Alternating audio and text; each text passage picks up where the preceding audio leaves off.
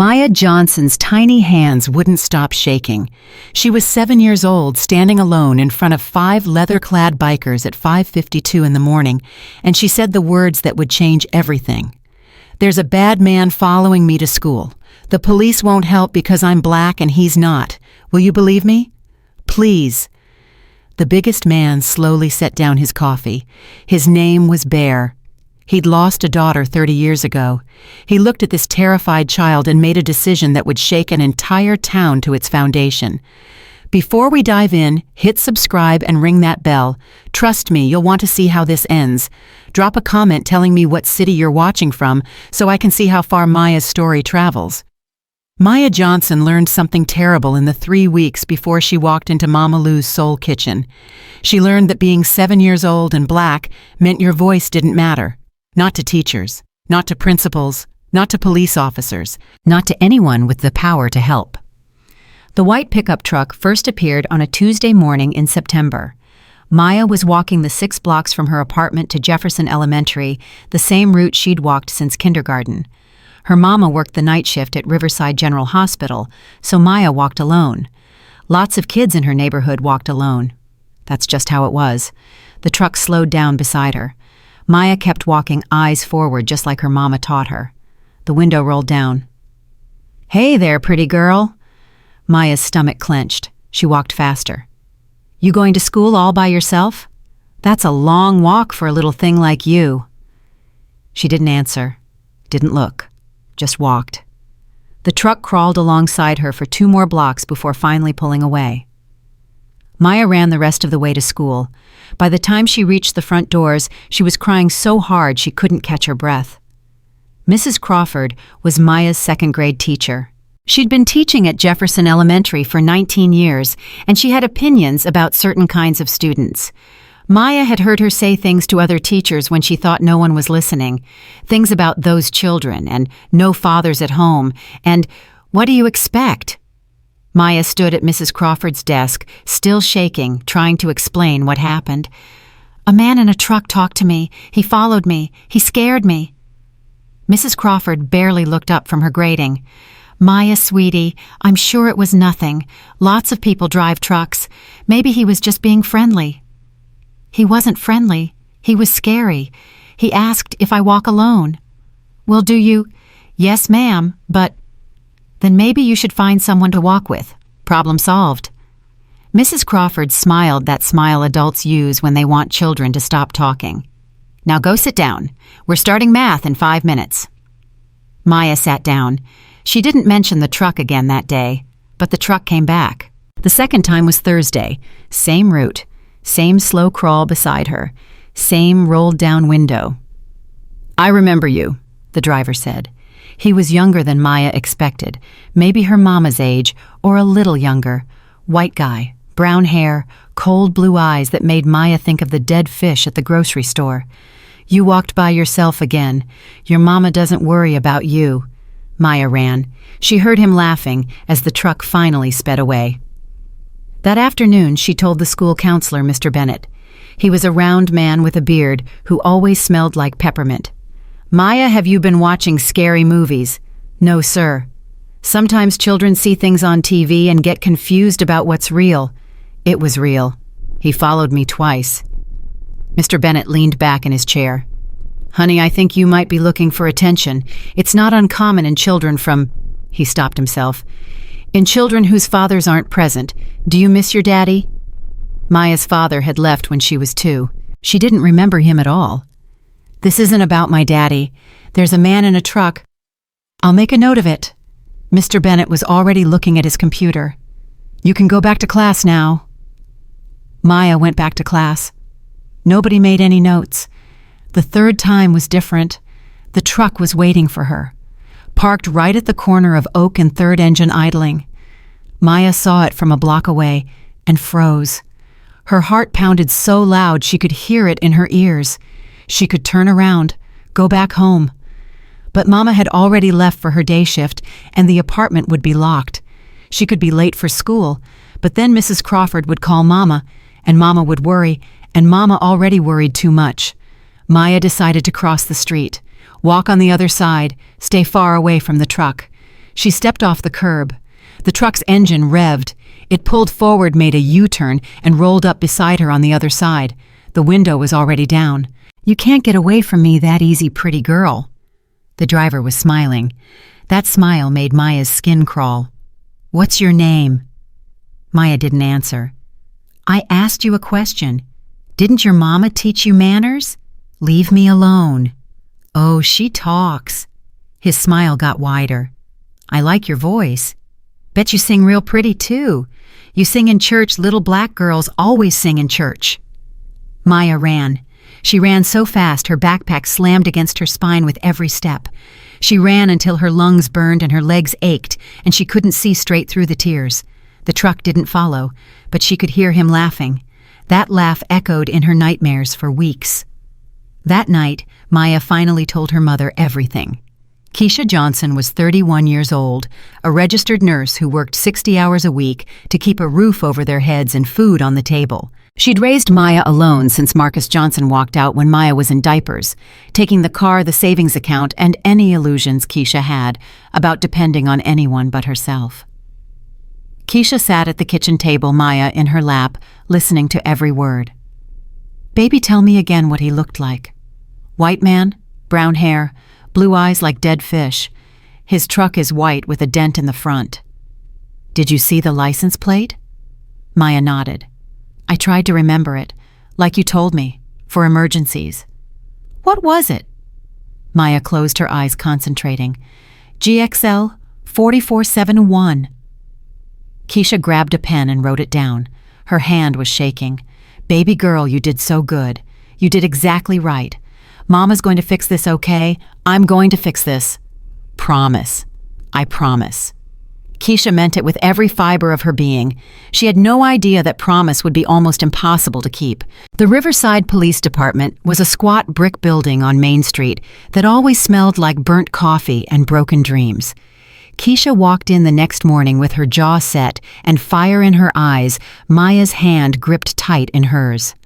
Officer Danny Weber sat behind the front desk. He was in his 40s, white, with a gut that strained against his uniform and the permanent expression of a man who'd rather be anywhere else. He didn't look up when Keisha approached. "Help you. I need to file a report. My daughter is being stalked." That made him look up. His eyes flicked from Keisha to Maya and back.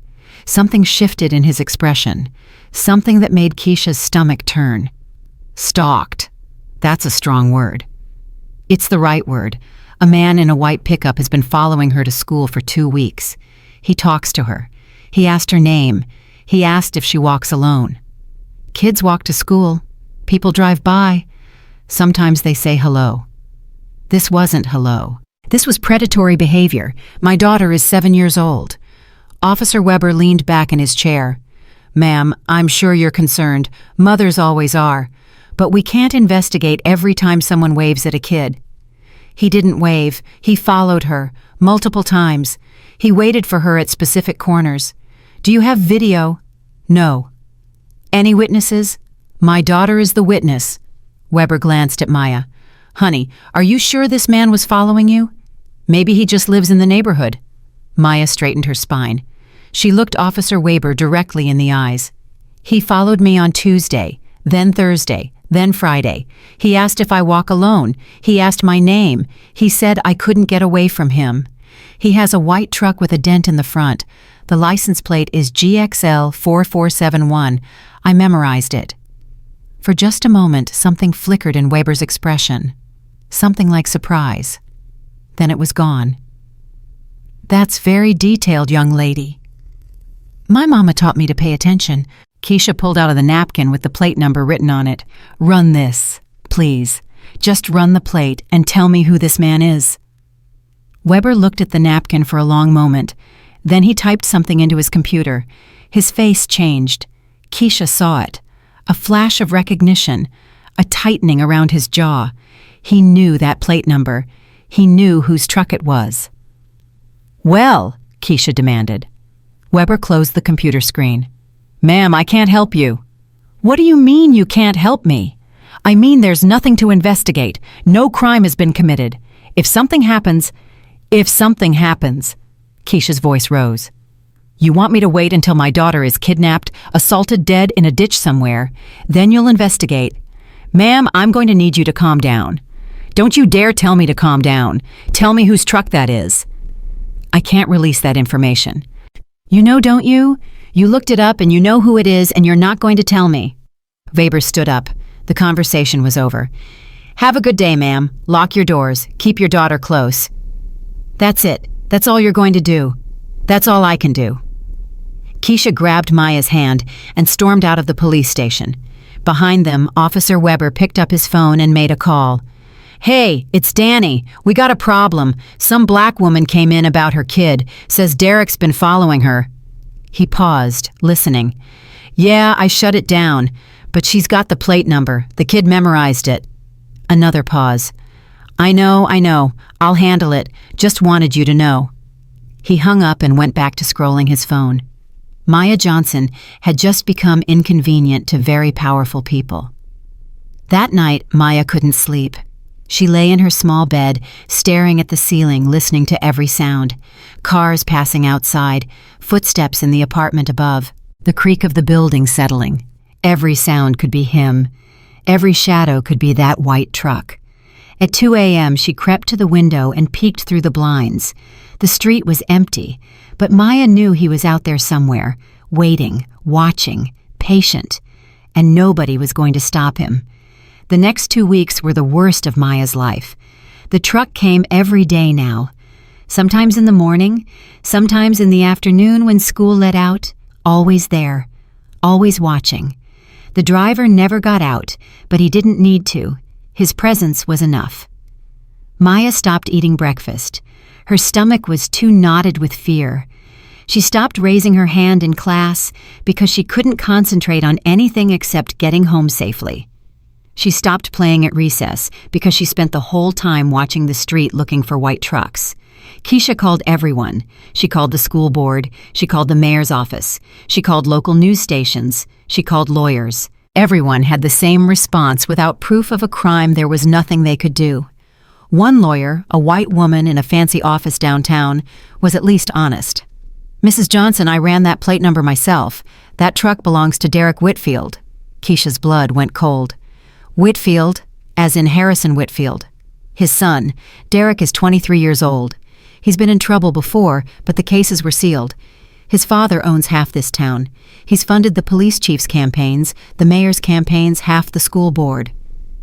So my daughter is being stalked by a rich white man's son, and nobody will help because he's got money.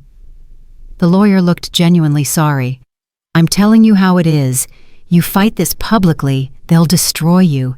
They'll dig into your life, your finances, your past. They'll call you an angry black woman making false accusations. You'll lose your job, your apartment, maybe even your daughter. So what am I supposed to do? Wait for him to hurt her?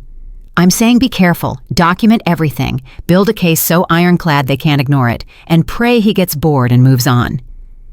Keisha left that office and sat in her car and cried until she couldn't breathe. When she got home, she heard Maya crying through her bedroom wall. That was the moment Keisha Johnson realized she was completely, utterly alone. The system wouldn't save them. The law wouldn't protect them. Money and power had already decided that her daughter didn't matter. Maya heard everything. The thin walls of their apartment hid nothing. She heard her mother on the phone begging for help. She heard her mother crying after every dead end. She heard her mother praying late at night, desperate prayers that sounded more like sobbing. Maya was 7 years old, and she understood something that most children never have to learn: adults couldn't always protect you. Sometimes adults failed. Sometimes adults chose not to care. But Maya also remembered something else. 2 weeks before the truck started following her, she'd been walking home from the library with her mama. They passed Mama Lou's Soul Kitchen, and Maya saw them 5 black men in leather vests sitting at a table by the window, motorcycles parked outside chrome gleaming in the sun. Bikers, Mama had said, pulling Maya a little closer. Best to steer clear of folks like that. But then something happened that Maya never forgot. Old Miss Ernestine came out of the pharmacy next door, arms full of grocery bags. She was 80 if she was a day bent and frail. One of the bags slipped. Cans rolled everywhere. oranges scattered across the sidewalk. Those bikers were out of their seats before the oranges stopped rolling. The biggest one, a man with gray locks and a beard, knelt down and started picking up cans like they were made of glass. Another helped Miss Ernestine steady herself. A third gathered the oranges. They loaded everything into her arms, made sure she was okay, walked her to her car. Maya watched the whole thing. "Mama, I thought bikers were bad." Keisha had stared at the scene with a complicated expression. "I don't know, baby. Maybe I was wrong." Now lying in her bed, too afraid to sleep, Maya thought about those bikers. They'd helped Miss Ernestine when they didn't have to. They'd believed an old woman needed help and just helped. Maybe they'd believe a little girl, too. Maya made her decision at 3 a.m. She couldn't keep living like this, couldn't keep being scared every second of every day, couldn't keep watching her mama fall apart trying to protect her. She had to do something crazy, something brave, something that might be the worst idea she'd ever had or the best. She was going to ask the bikers for help. Maya set her alarm for 5:30 a.m. She crept out of bed, careful not to wake her mother, pulled on her purple jacket, her favorite, the one her mama said matched her personality, put on her backpack, wrote a note in her careful second-grade handwriting, "Gone to get help. Love you, Mommy." She left it on the kitchen table. Then Maya Johnson, 7 years old, terrified but determined, walked out of her apartment alone in the dark. The walk to Mama Lou's took 22 minutes. Maya had timed it once on a Sunday morning when she couldn't sleep. She knew the route by heart. Left on Oak, right on 3rd, straight down Main Street. The streets were empty at this hour. No cars, no people. Just Maya and her pounding heart and the echo of her footsteps on the concrete. Every shadow made her flinch. Every distant sound made her freeze. But she kept walking, because being scared didn't mean you had to stop moving. Mama Lou's Soul Kitchen glowed like a lighthouse in the pre-dawn darkness. Maya could see them through the window. Not all the bikers from before, but enough. The big man with gray locks was there reading a newspaper. A few others sat around him drinking coffee, talking in low voices. Maya stood at the door, her hand on the handle. Her whole body was shaking. What was she doing? These were strangers, grown men she didn't know. Her mama had warned her about talking to strangers her whole life. But Mama's warnings hadn't stopped the man in the white truck. Mama's warnings hadn't made anyone believe her. Mama's warnings hadn't kept her safe. Maybe it was time to stop waiting for the people who were supposed to protect her and find people who actually would. Maya pushed open the door. The bell chimed. 5 heads turned. Maya stood there small and terrified, her purple backpack hanging off one shoulder, her voice shaking but clear. "My name is Maya Johnson. I'm 7 years old. There's a bad man following me to school in a white truck. I told the police, but they won't help because I'm black and he's not. I told my teachers, but they don't believe me. I told everyone and nobody will help." She took a breath. "I saw you help Miss Ernestine with her groceries. You helped her when nobody asked you to. So I'm asking, please, will you help me? Will you believe me?" The diner went absolutely silent. The big man with gray locks slowly folded his newspaper. He had eyes that had seen too much, and hands that had buried too many people he loved.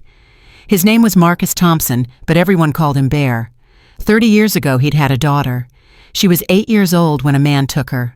They found her body 3 days later in a drainage ditch outside of town. The man was someone important, a city councilman's nephew. The case was closed without an arrest. Insufficient evidence, they said, just like they always said when powerful people were involved. Bear had spent every day since that moment trying to find a reason to keep breathing. He'd found it in his brothers, the Brotherhood Riders. He'd found it in helping people nobody else would help. He'd found it in small acts of kindness that couldn't bring his daughter back, but maybe somehow kept her memory alive. Now a little girl stood in front of him, asking to be believed, the same age his daughter would have been when she first started walking to school alone. Bear stood up from the table.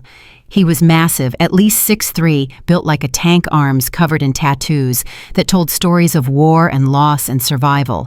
He walked slowly toward Maya, careful not to scare her. Then he knelt down right there on the floor of Mama Lou's Soul Kitchen so he could look her in the eyes. "Hey there, little one. I'm Bear. And I need you to know something important." His voice was gentle, barely above a whisper. "I believe you." Maya's whole face crumpled. "You do?" "Every word. Now sit down and tell me everything. Every detail. Every time this man followed you, every word he said, every corner where he waited. Can you do that?" Maya nodded, tears streaming down her face. "Yes, sir." "Good girl." Bear stood and called over his shoulder, "Dante, get this child some pancakes, and somebody call her mama, she's probably worried sick." He turned back to Maya. "You're safe now, understand? Whatever happens next, you're not alone anymore. The Brotherhood takes care of its own." "But I'm not." "You walked through that door and asked for help. That makes you family." Maya sat down in the booth next to Bear. His brothers gathered around, not crowding, just present, listening, ready.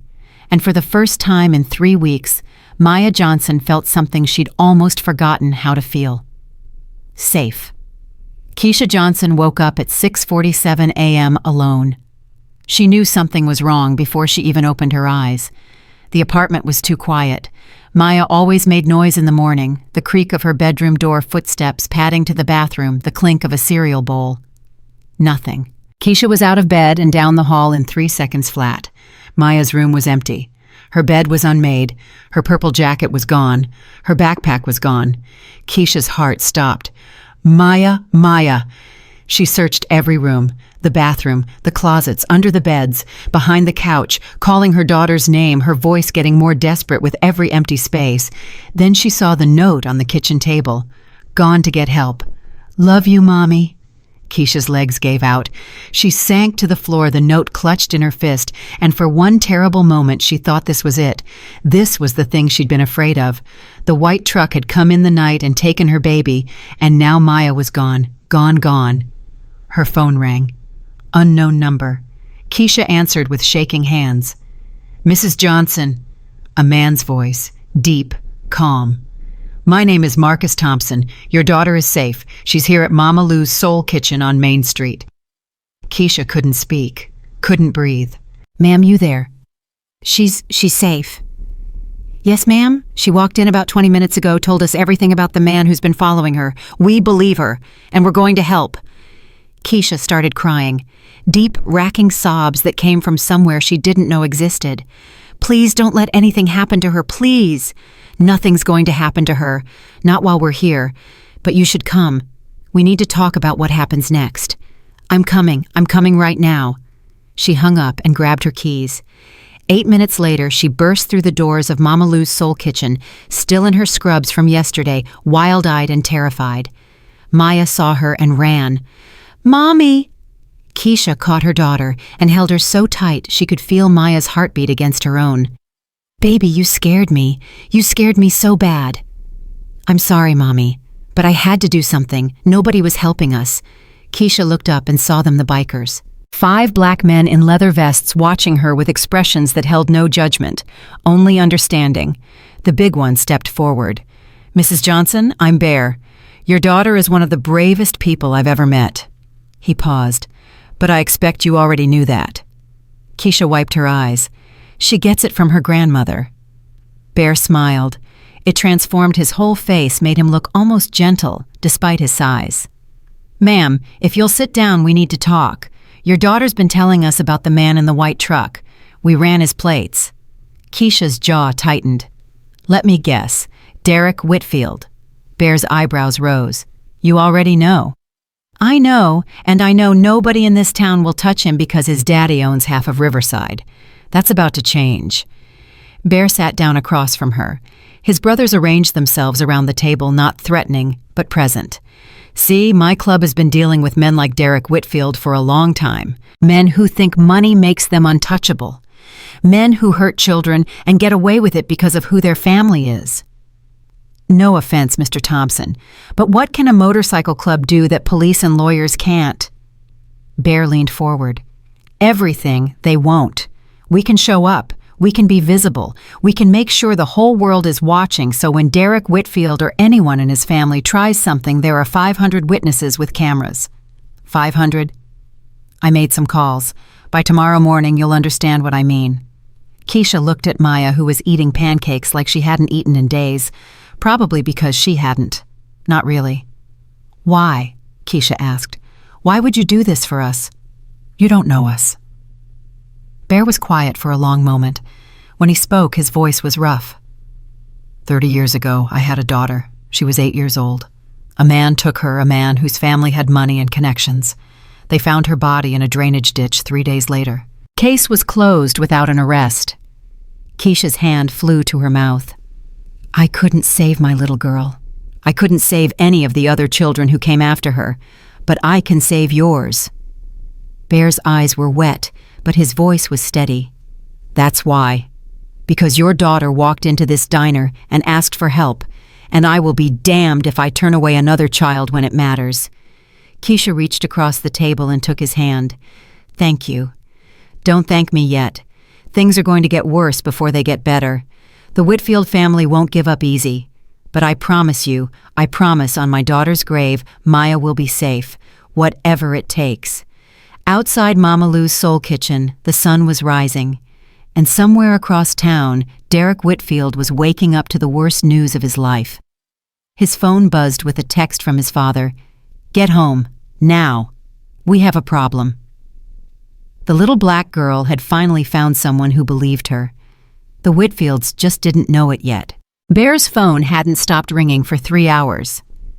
"That's Atlanta," Dante said, checking the screen. "Iron Guardians chapter. They want to know how many riders we need." "Tell them 20. No, tell them 30. We need bodies."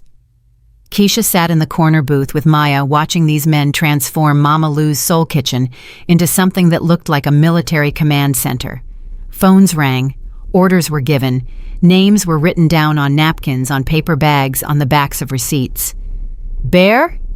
A younger biker named Jamal called out. "Birmingham just confirmed. 45 riders. They'll be here by midnight." "Charlotte's sending 60, another voice added. "Memphis is pulling together what they can." Maya tugged on her mother's sleeve. "Mommy, what's happening?" Keisha didn't know how to answer. She'd walked into this diner expecting to drag her daughter home and give her a lecture about leaving the house without permission. Instead, she was watching an army assemble. Bear walked over and knelt in front of Maya. "Little one, I need you to understand something. Tomorrow morning you're going to school, but you're not walking alone. You're not riding the bus. You're going with us." "How many of you?" Bear smiled. "As many as it takes." Keisha's phone buzzed. She looked at the screen and her face went pale. "What is it?" Bear asked immediately. "Unknown number, text message." She read it aloud, her voice shaking. "Keep your mouth shut and your daughter safe. Last warning." The diner went silent. Bear took the phone from her hand, read the message, and his jaw tightened so hard Keisha could hear his teeth grinding. "They're scared," he said quietly. "Good. Scared people make mistakes. They threatened my daughter. They threatened her before you had backup. Now you do." Bear handed the phone back. "Don't delete that. Screenshot it. Send it to everyone, your sister, your mama, your friends. Make sure people know. That's your insurance." "Insurance against what?" Bear looked at her with eyes that had seen too much of how the world really worked. "Insurance against anything happening to you or Maya and the police, calling it an accident."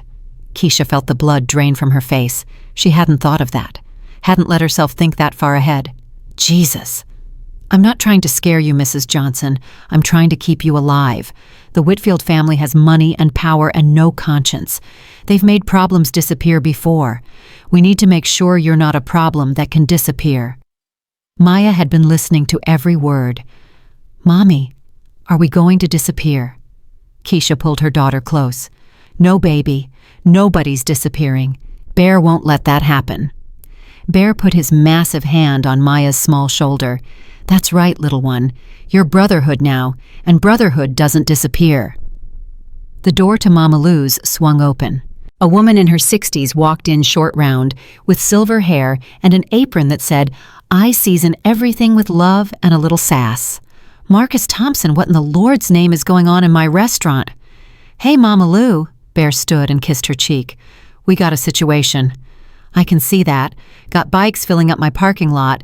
Got men I haven't seen since '09 walking through my door. Her eyes landed on Maya. And who is this precious child? This is Maya. She's why we're here. Mama Lou walked over to the booth and sat down across from Keisha. She took one look at Maya's face, the dark circles under her eyes, the way she flinched at sudden movements, and her expression hardened. Someone's been hurting this baby. Someone's been trying, Keisha said. We're making sure they don't succeed. Mama Lou reached across the table and took Maya's hands in hers. Child, you eat yet? Yes, ma'am. The man with the beard gave me pancakes. That's Dante. He can't cook worth a damn, but he knows how to order. Mama Lou patted Maya's hands. You stay right here. I'm going to make you something proper. And don't you worry about nothing. These men look scary, but they're all just big teddy bears. Even Bear, Mama Lou laughed. Especially Bear. He just hides it better. She headed for the kitchen, and Bear turned back to his phone. 3 more chapters had confirmed. The numbers kept climbing. By noon, they had 200 riders committed. By sundown, they had 400. By midnight, motorcycles filled every parking space, every side street, every empty lot within a mile of Mama Lou's soul kitchen. And across town, Harrison Whitfield was realizing he had a war on his hands. The Whitfield estate sat on 12 acres just outside Riverside. It was the kind of house that made a statement marble column circular driveway fountain in the front yard. Old money pretending it wasn't old money. Harrison Whitfield stood in his study phone pressed to his ear, listening to Chief Walter Gibson explain how everything had gone sideways. How many? Harrison demanded. 400, maybe more. They're still coming in. Every motorcycle club from here to Tennessee. For one little girl, that's ridiculous. It's all over social media, Harrison. Someone recorded the bikers rolling into town. The video's got 500,000 views already. #ProtectMaya is trending. Harrison slammed his hand on the desk. This is insane. My son hasn't done anything wrong. Your son has 2 sealed complaints from the last 3 years, both involving minors, both involving black girls. Those were misunderstandings. They were payoffs, and I helped you bury them. Chief Gibson's voice was tight. But this is different. These people aren't local. They're not scared of you, and they've got cameras everywhere. If we try to shut this down, we'll be the ones on the evening news. So what are you suggesting? We just let them parade through town like they own the place. I'm suggesting we wait. Let them make their little show tomorrow. Once the cameras are gone, we can deal with this quietly. And my son? Keep Derek out of sight. Send him to your place in Florida until this blows over. Harrison gripped the phone so hard his knuckles went white. I've spent 30 years building this family's reputation. I will not let some thugs on motorcycles destroy it. Then be smart. Don't give them ammunition. Harrison hung up and stared at the wall. 3 generations of Whitfields had run this town. His grandfather had built the first shopping center. His father had funded the police department. Harrison himself had put the current mayor in office. And now a 7-year-old girl was threatening to tear it all down. He pulled out his phone and dialed his son's number. Derek, where are you? Home. Why? Stay there. Don't leave the house. Don't go near that Johnson girl or her mother. Dad, I didn't do anything. I don't care what you did or didn't do. I care about protecting this family. You will stay home, you will keep your mouth shut, and you will let me handle this. Understand? Yes, sir. Harrison hung up. He'd protected his son from consequences his entire life. He wasn't about to stop now. But even as he poured himself a drink, Harrison Whitfield couldn't shake the feeling that something had shifted. Something he couldn't control. Something that had been building for years and was finally about to break. Maya couldn't sleep. She lay on a cot in the back room of Mama Lou's kitchen, listening to the rumble of motorcycles outside. Every few minutes, another one would arrive, the engine growling like a protective beast. Bear had insisted they stay at the restaurant. Can't protect you if you're across town, he'd said. Tonight, you're safer here than anywhere. Keisha lay on the cot next to Maya, but she wasn't sleeping either. Mommy? Yeah, baby? Are we doing the right thing? Keisha rolled over to face her daughter. What do you mean? I mean, all these people came because of me. What if something bad happens? What if someone gets hurt? Keisha pulled Maya close. Listen to me. Those people out there, they came because they wanted to. Nobody forced them. They heard about a little girl who needed help, and they showed up. But why? Because that's what good people do. They see something wrong and they try to make it right. Maya was quiet for a moment. I thought the police were supposed to be the good people. Keisha's heart broke a little. Sometimes the people who are supposed to help you don't. Sometimes the heroes are the ones you least expect. Like bikers. Like bikers. The door cracked open. Bear's face appeared in the darkness. Sorry to interrupt. Just checking on you. We're okay, Keisha said. Just talking. You should try to sleep. Tomorrow's going to be a long day. Bear. Maya's small voice cut through the darkness. Yeah, little one. Are you scared? Bear stepped into the room and sat on the edge of Maya's cot. His massive frame seemed almost gentle in the dim light. You know what, Maya, I used to be scared all the time. Scared of losing people. Scared of not being able to protect the ones I love. But I learned something. What? Being scared doesn't mean you're weak. It means you care about something enough to be afraid of losing it. The brave part isn't not being scared. The brave part is doing the right thing anyway. Is that what I did when I came to the restaurant? That's exactly what you did. You were scared out of your mind, but you walked through that door anyway. That's the bravest thing I've ever seen. Maya reached out and grabbed Bear's hand. His fingers were rough, covered in calluses and scars, but his grip was gentle. Thank you for believing me. Thank you for trusting me. Bear squeezed her hand. Now get some sleep. Tomorrow we show Riverside what happens when you mess with the wrong family. The sun rose over Mama Lou's Soul Kitchen at 6:47 a.m. Maya woke to the smell of bacon and the sound of engines. So many engines. She sat up, rubbed her eyes, and looked out the window. Her heart stopped. Motorcycles stretched as far as she could see. Rows and rows of them chrome, gleaming in the morning light. Hundreds of riders in leather vests, standing in clusters, talking, drinking coffee, waiting. Keisha stood behind her, equally stunned. Oh my God! The door opened, and Bear walked in. He was grinning. Good morning, Johnson family. Ready for the first day of the rest of your life. Bear how many, Psalm 512, and more still coming. Keisha's legs went weak. 500. Word spread. When people heard about Maya, they wanted to help. Turns out there's a lot of folks out there who are tired of watching powerful people hurt children. Maya pressed her face to the window. They all came for me. Every single one. Mama Lou appeared with plates piled high with food. Eat up. You can't face an army on an empty stomach. They ate.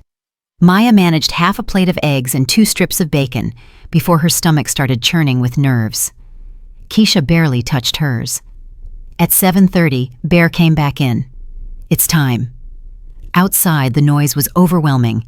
Engines revving, people calling to each other, the clank of metal and the creak of leather. Maya had never seen so many people in one place.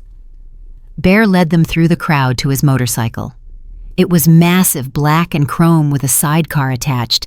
Maya had never seen a sidecar before. Your chariot awaits, Princess. Someone handed Maya a tiny leather vest. It was perfect, just her size, with a roaring lion patch on the back and gold letters that said, Protected by the Brotherhood. Put it on, Bear said. Maya shrugged into the vest. It fit like it had been made for her. Now you're official. Bear helped her into the sidecar while Keisha climbed onto the back of Dante's bike. Helmets were distributed.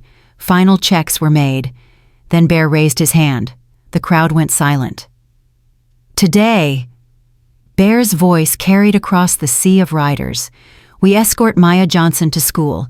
We do it peacefully. We do it legally. We do it with the whole world watching. And we send a message to everyone in Riverside and beyond. Children deserve to be protected. Children deserve to be believed. And when the system fails them, we will not. He climbed onto his bike and started the engine. 512 motorcycles roared to life at once. The sound was apocalyptic. It shook windows, it rattled doors, it rolled through the streets of Riverside like thunder from a wrathful god. Maya sat in the sidecar, her heart pounding, her eyes wide. She'd never felt anything like this.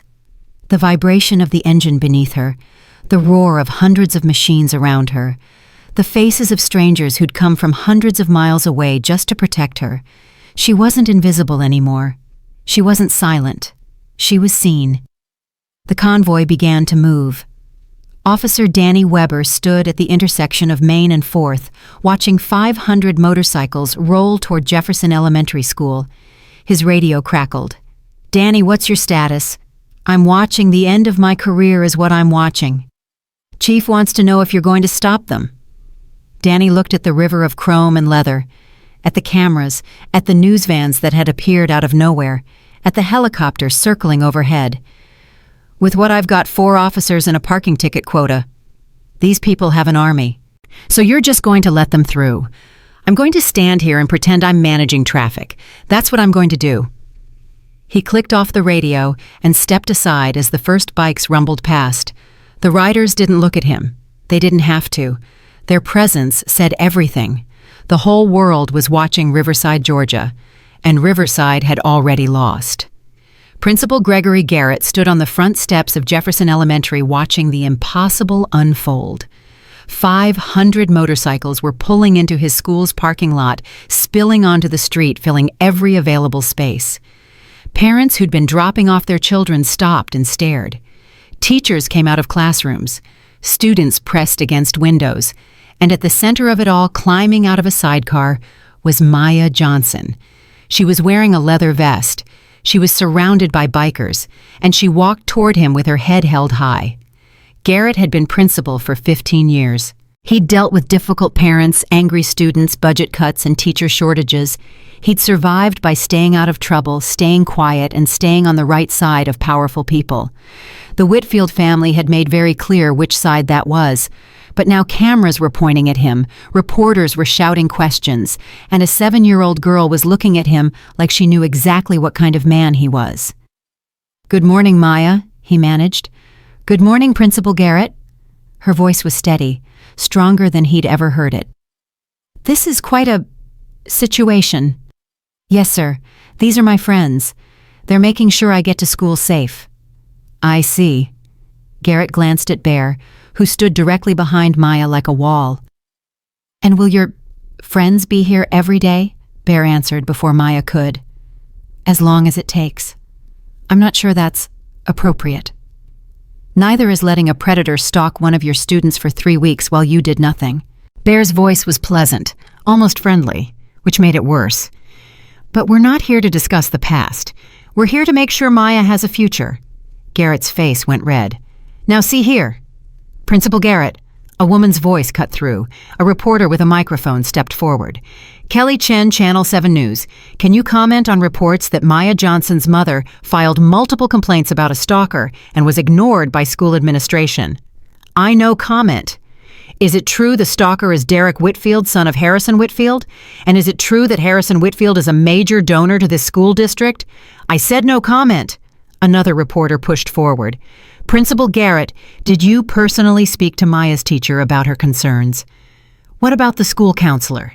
Did he dismiss Maya's reports as attention-seeking?" "Can you confirm there's a connection between the Whitfield family and the Riverside School Board?"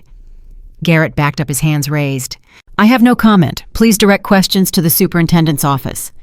He fled into the school. Maya watched him go. Then she turned to Bear. "Can I go to class now?" Bear smiled. It was the proudest smile Maya had ever seen. "Go learn something, little one. We'll be here when you get out."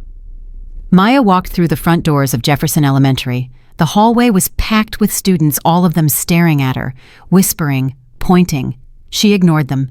For 3 weeks she'd been invisible, a problem nobody wanted to deal with, a voice nobody wanted to hear, not anymore. She walked to her classroom with her shoulders back and her head high. Mrs. Crawford was standing at the door, and for once, she didn't have that look on her face, that look like Maya was wasting her time. "Maya, you're early." "Yes, ma'am." "Those people outside, They're my family. Mrs. Crawford opened her mouth, closed it, opened it again. Take your seat. Maya walked to her desk. She could feel every eye in the room on her. Tyler Patterson, who'd called her a liar last week, looked away when she met his gaze. Ashley Williams, who'd made fun of her for walking alone, suddenly found her pencil very interesting. Maya sat down. She pulled out her notebook, and she smiled. Outside Jefferson Elementary, the world was changing. Reporters swarmed Bear and his riders asking questions about the Brotherhood, about Maya's story, about why they'd come from hundreds of miles away to help a little girl they'd never met. Bear answered every question calmly, deliberately. He told them about the sealed complaints against Derek Whitfield, about the police officer who'd refused to investigate, about the principal who'd dismissed Maya's mother, about the school counselor who'd blamed a child for being stalked.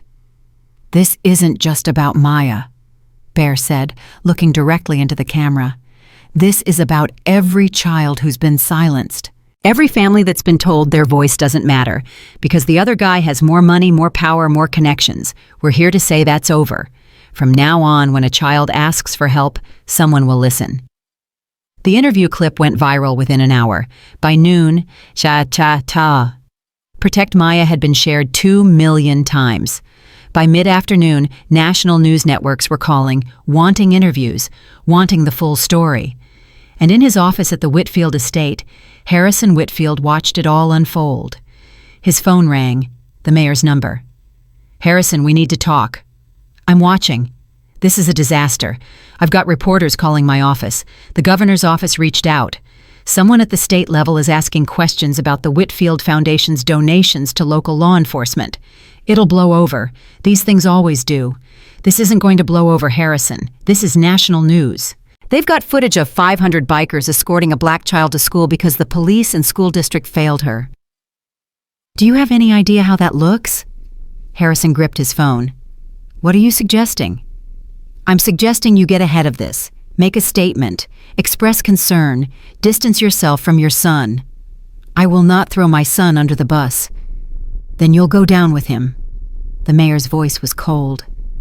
"I've supported your family for 20 years, Harrison, but I will not destroy my career to protect a boy who can't keep his hands off children." "How dare you?" "I dare, because I have to.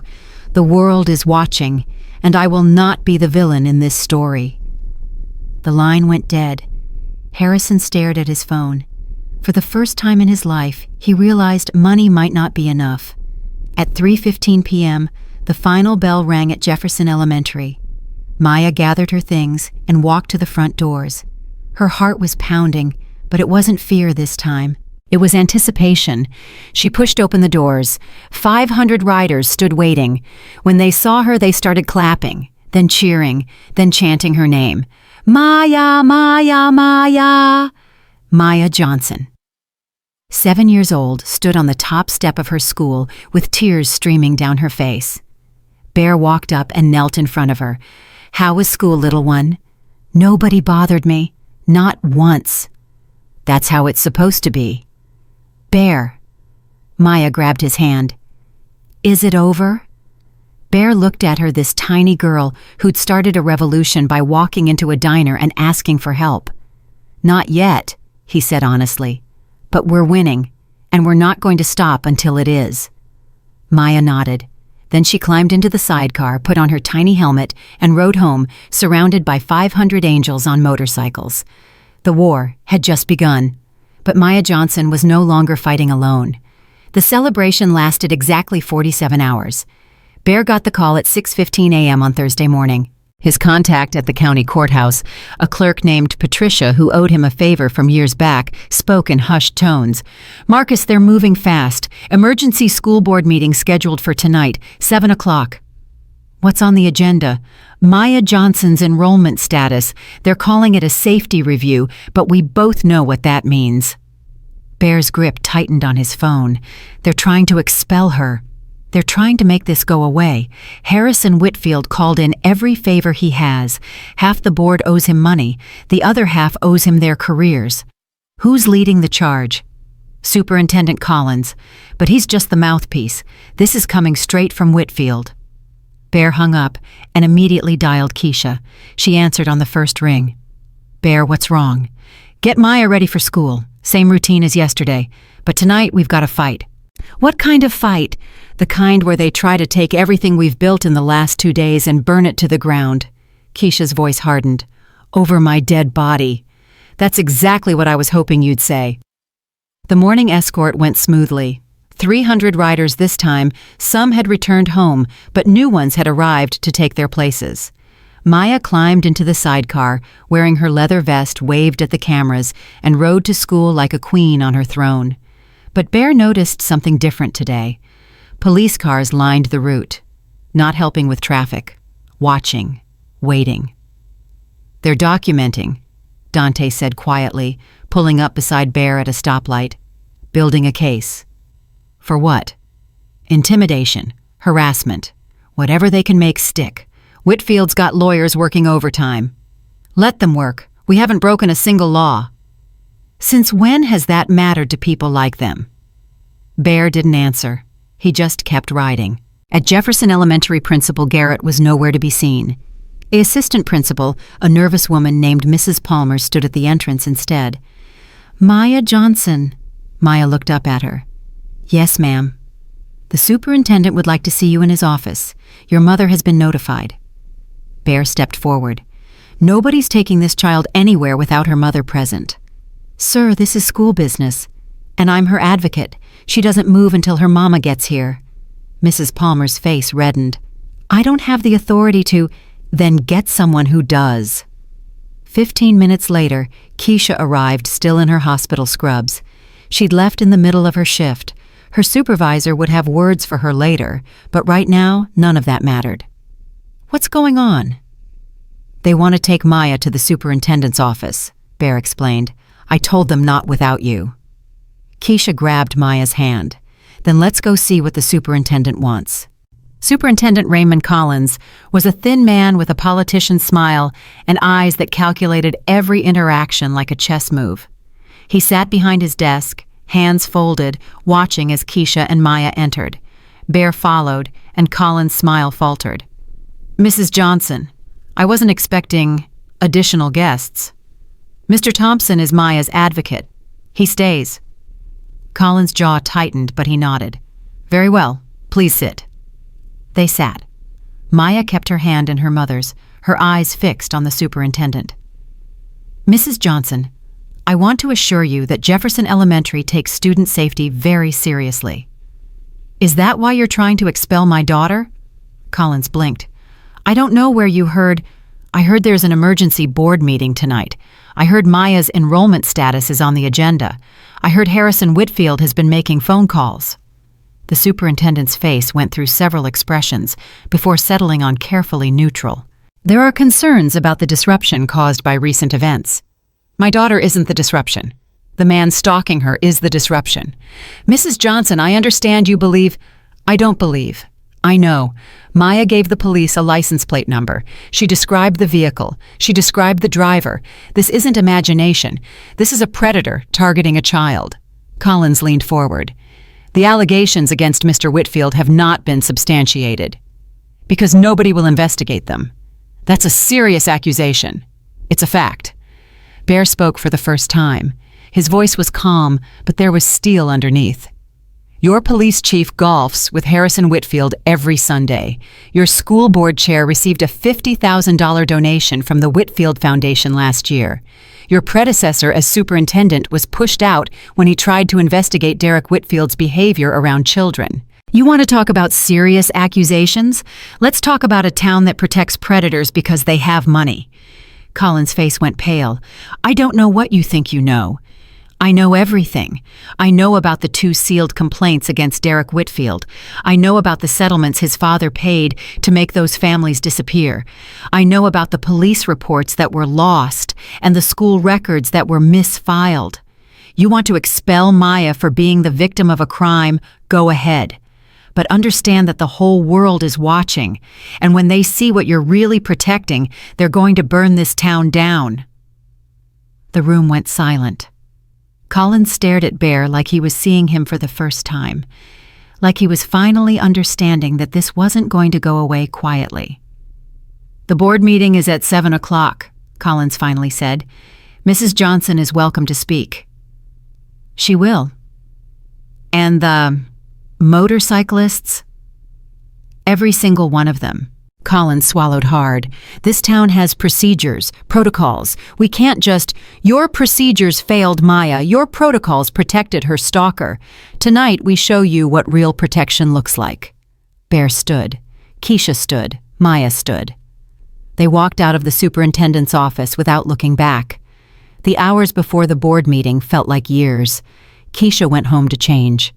Maya did her homework at Mama Lou's, surrounded by bikers who helped her with math problems between phone calls. Bear coordinated with chapters across the southeast, making sure everyone knew where to be and when. At 5:30, Keisha's phone rang. Unknown number. She almost didn't answer. But something made her pick up. "Mrs. Johnson." The voice was smooth, cultured, dangerous. "My name is Harrison Whitfield. I believe we need to talk." Keisha's blood went cold. "I don't have anything to say to you." "Then just listen. I'm prepared to offer you a substantial settlement. $250,000. In exchange, you withdraw your complaints, keep Maya away from the media, and this all goes away. You're trying to buy my silence. I'm trying to resolve this like reasonable people. Your son stalked my daughter. He followed her to school. He asked her if she walked alone. He told her she couldn't get away from him.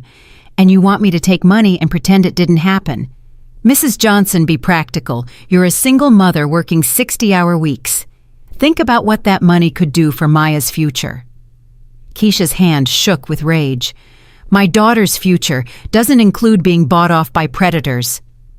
"You're making a mistake." "No, Mr. Whitfield. You made a mistake. You raised a son who hurts children. You protected him when you should have gotten him help, and now you think money can fix it. But some things can't be fixed. Some things have to be faced.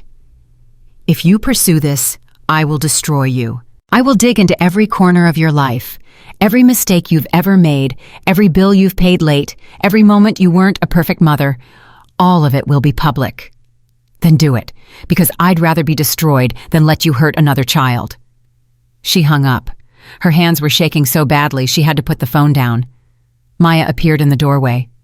"Mommy, who was that?" Keisha looked at her daughter, this brave, beautiful girl who'd walked into a diner full of strangers because no one else would help her. "That was the man who's been protecting the bad guy. He wanted us to give up." "Are we going to—" Keisha pulled Maya into her arms. "Never, not ever. We're going to walk into that meeting tonight, and we're going to tell the truth. And if they try to kick you out of school, we'll find another school. And if they try to hurt us, we'll fight back. Because that's what we do, baby. That's who we are." Maya hugged her mother tight. "I love you, Mommy." "I love you too, baby girl, more than anything in this world." At 6:45 p.m., the parking lot of Riverside Town Hall was standing room only. 347 motorcycles filled every space, spilling onto side streets circling the block. Riders in leather vests stood at attention, creating a corridor from the parking lot to the entrance. News vans from 6 different networks jockeyed for position. Cameras flashed continuously. Maya walked through the corridor holding her mother's hand bare on her other side. She wore her leather vest over a clean blue dress. Her braids were neat, tied with purple ribbons that matched her favorite jacket. She looked like exactly what she was, a 7-year-old girl who should have been home watching cartoons, not walking into a fight for her right to go to school. The meeting room was packed. Every seat was taken. People stood along the walls, spilled into the hallway, pressed against the windows from outside. The school board sat at a long table at the front, looking uncomfortable. Superintendent Collins sat to the side, his face carefully blank. And in the front row, seated like he owned the place, was Harrison Whitfield. He turned when Maya entered. Their eyes met. Maya didn't look away. Neither did Whitfield. It was Whitfield who looked away first. Board Chair Martha Sullivan called the meeting to order. She was a thin woman with silver hair and a voice like sandpaper, the kind of woman who'd spent 40 years in local politics learning how to say nothing with lots of words. We're here tonight to discuss the enrollment status of Maya Johnson at Jefferson Elementary School. Due to recent events, concerns have been raised about the safety and well-being of all students. Whose safety? Someone shouted from the crowd. Maya's the one being stalked. Order, please. Sullivan's gavel came down. We will conduct this meeting in an orderly fashion. Anyone who disrupts will be removed. She shuffled her papers. We'll begin with a statement from Superintendent Collins. Collins stood. He couldn't seem to decide where to look at the board, at the crowd, at the cameras. He settled on a spot just above everyone's heads. Ladies and gentlemen, Jefferson Elementary has a proud history of providing quality education in a safe environment. Recent events have created significant disruption to that environment. We have received complaints from parents concerned about the presence of large groups of motorcyclists at school grounds. We have received concerns about media attention affecting student learning. Have you received any complaints about Derek Whitfield?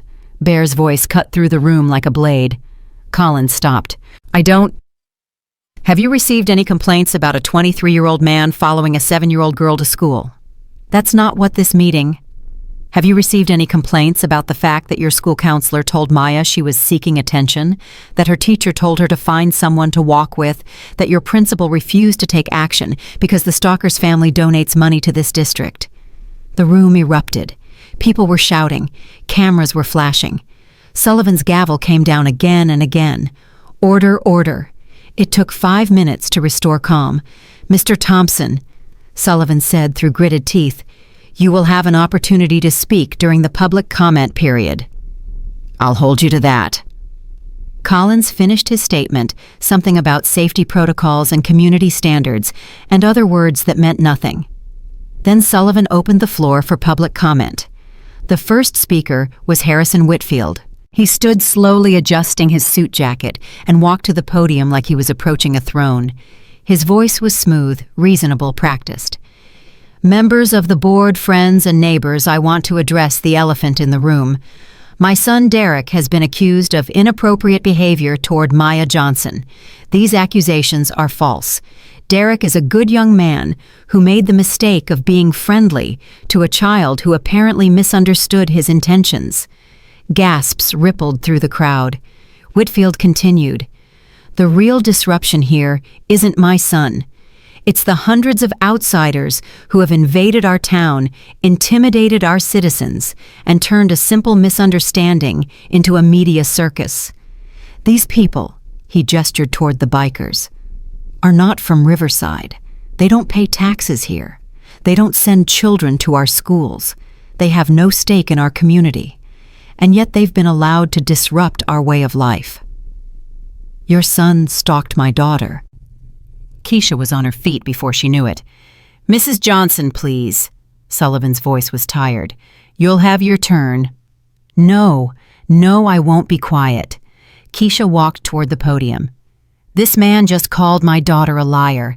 He just said his son was being friendly when he followed a 7-year-old for 3 weeks, asked her if she walked alone, told her she couldn't get away from him. That's your daughter's version of events. My daughter's version is the truth. She memorized his license plate number. She described his vehicle perfectly. She told every adult who would listen, and nobody believed her. Nobody believed her because this man, she pointed at Whitfield, has spent 30 years buying this town. The police chief, the school board, the superintendent, all of them in his pocket. That's defamatory. Sue me. I dare you. Sue me and let's see what discovery turns up. Let's see those sealed records. Let's see those settlements you paid to make other families disappear. Let's see exactly how much money it took to protect your predator son. The room went dead silent.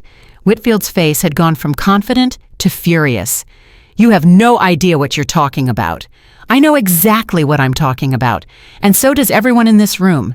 The only question is whether they're brave enough to stop protecting you. Keisha turned to face the board. My daughter came to this school for 2 years without any problems. Then a man started following her. She asked for help. She was denied. She told the truth. She was called a liar. She went to the police. She was turned away. And when she finally found people who believed her, suddenly she's the problem. Suddenly her enrollment is under review. She shook her head. You should be ashamed. Every single one of you should be ashamed. You're supposed to protect children. That's your job. And you failed. You failed Maya, and you failed every other child this man's son has targeted. Because he didn't start with my daughter. She's not the first. She's just the first one who refused to be silent. Mrs. Johnson, Sullivan tried to interrupt, I'm not finished. You want to expel Maya, go ahead. Kick out the victim while the predator walks free. Show the world exactly what kind of town Riverside is. Show every parent watching this broadcast that their children don't matter unless they're rich and white. Show them that money buys protection and poor black girls get nothing. Keisha's voice cracked, but she kept going. My daughter is 7 years old. She should be worried about homework and play dates and whether she's going to get a puppy for Christmas. Instead, she can't sleep. She checks the windows every 5 minutes. She jumps at every sound. She's terrified not because of the bikers outside, but because a man has been hunting her, and nobody in this town would stop him. She wiped her eyes. So make your decision. Vote to expel her if that's what Harrison Whitfield wants. But know that the whole world is watching, and they'll never forget what you did here tonight. Keisha sat down. The room was utterly silent. Then someone started clapping. One person at first, then another, then 10, then 50. Then the whole room was on its feet, applauding, cheering, crying.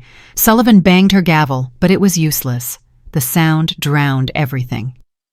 When the noise finally died down, Maya stood up. Every eye in the room turned to her. Maya, you don't have to, Keisha started. I want to Mommy. Maya walked to the podium. She was so small she couldn't see over it. One of the bikers brought a step stool. She climbed up and looked out at the crowd. My name is Maya Johnson. I'm 7 years old. I'm in second grade at Jefferson Elementary. Her voice was shaking, but she didn't stop. 3 weeks ago, a man started following me to school. He drove a white truck with a dent in the front. He asked me if I walked alone. He told me I couldn't get away from him. I was really scared. She paused, taking a breath. I told my teacher. She didn't believe me. I told the school counselor. He said I was looking for attention. I told the police. They said they couldn't help. Nobody believed me. Nobody except my mama. And then nobody would help her either. Maya looked at Bear standing against the wall. His eyes were wet. So I did something scary. I walked to a restaurant really early in the morning, and I asked some strangers for help. They were bikers. My mama always told me to stay away from people like that, but I was so scared and nobody else would help, and I thought, maybe they would. And they did. Maya's voice grew stronger. They believed me. They didn't ask for proof or tell me I was imagining things. They just believed me. And they showed up. Hundreds of them. From all over. Just because I asked. She turned to face Harrison Whitfield directly. Mister, I don't know you, but I know your son. He followed me every day. He scared me so bad I couldn't eat or sleep. And when I see you sitting there in your nice suit telling everyone I'm a liar, it makes me really sad. Because somewhere inside you know the truth. You know what your son did. And instead of helping him get better, you just keep protecting him so he can hurt more kids. Whitfield's face was purple with rage, but he didn't say a word. Maya turned back to the board. I don't want to be expelled. I like my school. I like my friends. I like my teacher, even though she didn't believe me at first. But if you kick me out because telling the truth is disruption, then maybe this isn't a school I want to be at anyway. Because schools are supposed to be safe. And safe means being believed when you tell the truth. She climbed down from the step stool. That's all I wanted to say. Thank you for listening. The room exploded. People were crying, cheering, shouting. Cameras flashed continuously. Someone started chanting, "Believe Maya," and it spread through the crowd like wildfire. Sullivan couldn't restore order. She didn't even try. Board member after board member abandoned their seats, some walking out, others approaching Keisha to offer support. The vote that was supposed to happen never did. In the chaos, Harrison Whitfield stood and pushed toward the exit. Bear intercepted him. Going somewhere, Mr. Whitfield. Get out of my way. In a minute. First, I want you to know something. Bear leaned close, his voice barely above a whisper. "This isn't over. Not by a long shot. We know about the other girls. We know about the sealed records. We know about the payments you made. And in about—" He checked his watch. 3 hours, the FBI is going to know, too. Whitfield's face went white. "You're bluffing. Try me. I'll have you arrested for threatening me. I haven't threatened anything. I've informed you of facts. What you do with that information is your business." Bear smiled a cold, dangerous smile. "But if I were you, I'd start making phone calls, because by tomorrow morning your empire is going to come crashing down." Bear stepped aside. Whitfield stumbled toward the exit, surrounded by his lawyers, his face the color of ash. Outside, the night air was electric. Maya stood surrounded by bikers, reporters, supporters, strangers who'd become family. Cameras flashed, questions were shouted. But Maya just stood there holding her mother's hand, breathing. It was over, or at least this part was over. At 10:47 p.m., Bear's phone rang. "Marcus, it's Patricia again. You need to get to the police station." "What happened?" "FBI just arrived. They've got warrants for Derek Whitfield, Chief Gibson, and 3 officers including Danny Weber." Bear closed his eyes. "How?" "Apparently someone sent them a file. 3 years of documentation, sealed records, payment receipts, everything. They've been building a case for the last 48 hours. Derek Whitfield is being arrested as we speak. And Harrison? No warrant yet, but they're talking to him. And Marcus, one of the FBI agents, is black, a woman. She asked specifically to be assigned to this case." Bear didn't trust himself to speak. "Marcus, you there?" Yeah, I'm here. Thank you, Patricia, for everything. Thank Maya. That little girl started something nobody can stop now." Bear hung up and walked to where Keisha and Maya were sitting in Mama Lou's back booth, exhausted but unable to sleep. "It's happening," he said quietly. "FBI's arresting Derek Whitfield right now. The chief, too, and a few others." Keisha's hand flew to her mouth. "Oh my God! It's real, Keisha. It's actually happening." Maya looked up at Bear with eyes too old for her face. "Does this mean I don't have to be scared anymore?" Bear knelt down, taking her small hands in his massive ones. "It means the bad man is going to jail. It means the people who protected him are going to face consequences. But Maya, I need you to understand something. What? This isn't over. There's going to be a trial. You might have to testify. Tell your story again to a judge and jury. It's going to be hard, but you won't be alone. Not ever. Do you understand?" Maya nodded slowly. "I understand. Are you ready for that?" She looked at her mother, at Bear, at the room full of bikers who'd traveled hundreds of miles just to protect her. "I've been ready since I walked into this restaurant and asked for help." Bear smiled through tears he didn't bother to hide. "That's my girl." Outside, the sound of sirens filled the night as Derek Whitfield was loaded into a federal vehicle, his hands cuffed behind his back, his face captured by a dozen cameras. The empire was falling, and a 7-year-old girl had pushed the first domino. The news spread like wildfire through Riverside. Derek Whitfield arrested. Chief Gibson arrested. 3 officers in handcuffs. Federal warrants, sealed records unsealed, payment receipts seized, an empire that had stood for 3 generations crumbling in a single night. Maya slept through it all. She'd fallen asleep in the back booth of Mama Lou's kitchen around midnight, her head on her mother's lap, her tiny body finally surrendering to exhaustion. Keisha sat motionless, afraid to move, watching her daughter breathe. Bear sat across from them, phone in hand, fielding calls that came every few minutes. Updates from Patricia at the courthouse, updates from brothers monitoring police scanners, updates from journalists wanting statements. At 3:47 a.m., his phone rang again. "Marcus." The voice was unfamiliar, female, professional. "This is Special Agent Victoria Hayes, FBI. We need to meet." "It's almost 4 in the morning. I'm aware of the time. I'm also aware that you have information critical to our investigation. The coffee shop on 5th Street opens at 5. I'll be waiting." She hung up before Bear could respond. He looked at Keisha, still stroking Maya's braids. FBI wants to talk. Now, soon, will you be okay here? Dante's outside, Jamal's in the kitchen, we're surrounded by family. Keisha managed a tired smile. Go, find out what they know. Bear stood, grabbed his jacket, and paused at the door. Keisha, yeah? We did good tonight, all of us, but especially Maya. That speech she gave, I've heard generals who couldn't speak like that. Keisha's eyes filled with tears. She gets it from her grandmother. She gets it from you. He left before she could respond. Special Agent Victoria Hayes was already seated when Bear arrived at the coffee shop. She was younger than he'd expected, maybe early 40s, with natural hair pulled back in a professional style and eyes that missed nothing. She didn't stand when he approached. Mr. Thompson, sit. Bear sat.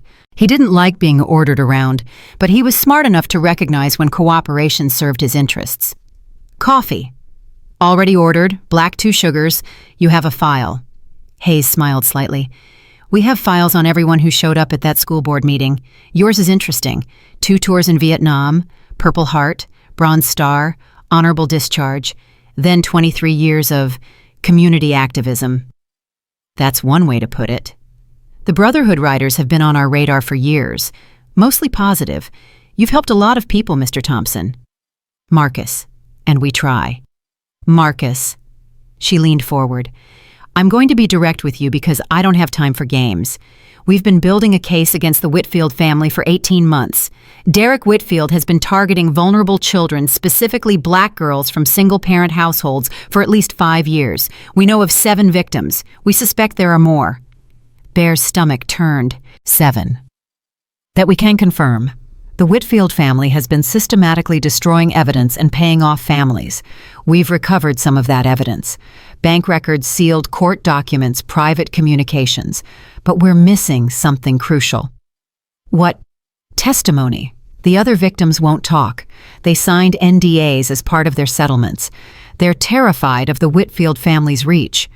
And without their testimony, our case relies entirely on Maya Johnson. Bear understood immediately. You want her to carry the whole thing. I want her to lead it. There's a difference. Hayes pulled out a folder. Derek Whitfield is being charged with stalking attempted abduction and possession of exploitative material. With Maya's testimony and the evidence we have, we can put him away for 15 to 20 years. But if the other victims come forward, if they're willing to testify about a pattern of behavior, we're looking at federal trafficking charges. That's life without parole. And Harrison Whitfield. That's where it gets complicated. Hayes flipped through her folder. Harrison has been careful. He's never directly communicated about covering up his son's crimes. Everything went through intermediaries, lawyers, accountants, local officials. But if we can prove he knew what Derek was doing and actively concealed it, we can charge him as an accessory. That's 20 to 30 years. So you need the other families to talk. I need them to feel safe enough to talk. That's where you come in. Bear studied her. You want the Brotherhood to protect them. I want you to reach out. Tell them what you did for Maya. Show them they're not alone. Help them understand that the Whitfield machine is broken and it's not coming back. And if they still won't talk, Hayes closed her folder, then we do the best we can with what we have. But Marcus, I've been doing this job for 16 years. I've never seen a case move this fast, generate this much attention, or create this much pressure on a corrupt system. That's because of you, because of Maya, because of what you built in 3 days. She stood. The question is, are you willing to build more? Bear thought about his daughter, about the drainage ditch where they'd found her body 30 years ago, about all the years since all the children he couldn't save. Tell me what you need. The sun rose over Riverside at 6:52 a.m., and the town woke up to a different world. The news crews hadn't left. If anything, there were more of them now. National networks had arrived overnight, their satellite trucks lining Main Street, their anchors doing live shots in front of the police station, the courthouse, Jefferson Elementary, and the story kept growing. By 8 a.m., the Whitfield family's carefully constructed facade had been completely demolished. old allegations surfaced. Former employees came forward with stories about Derek's behavior that had been suppressed for years. A former maid described finding inappropriate materials in Derek's room when he was 17. A former groundskeeper talked about seeing Derek follow neighborhood children. A former teacher fired after raising concerns finally had her story validated. Harrison Whitfield watched it all from his study alone. His lawyers had advised him to stay quiet. His publicist had advised him to issue a statement expressing concern and promising cooperation. His wife had locked herself in her bedroom and refused to speak to him. At 9:15 a.m., his phone rang. The mayor's number. Harrison. Gerald, I need you to...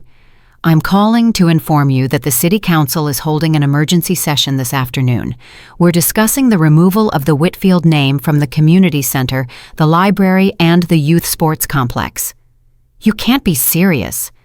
I've never been more serious. This town is trying to survive Harrison, and right now your family name is poison.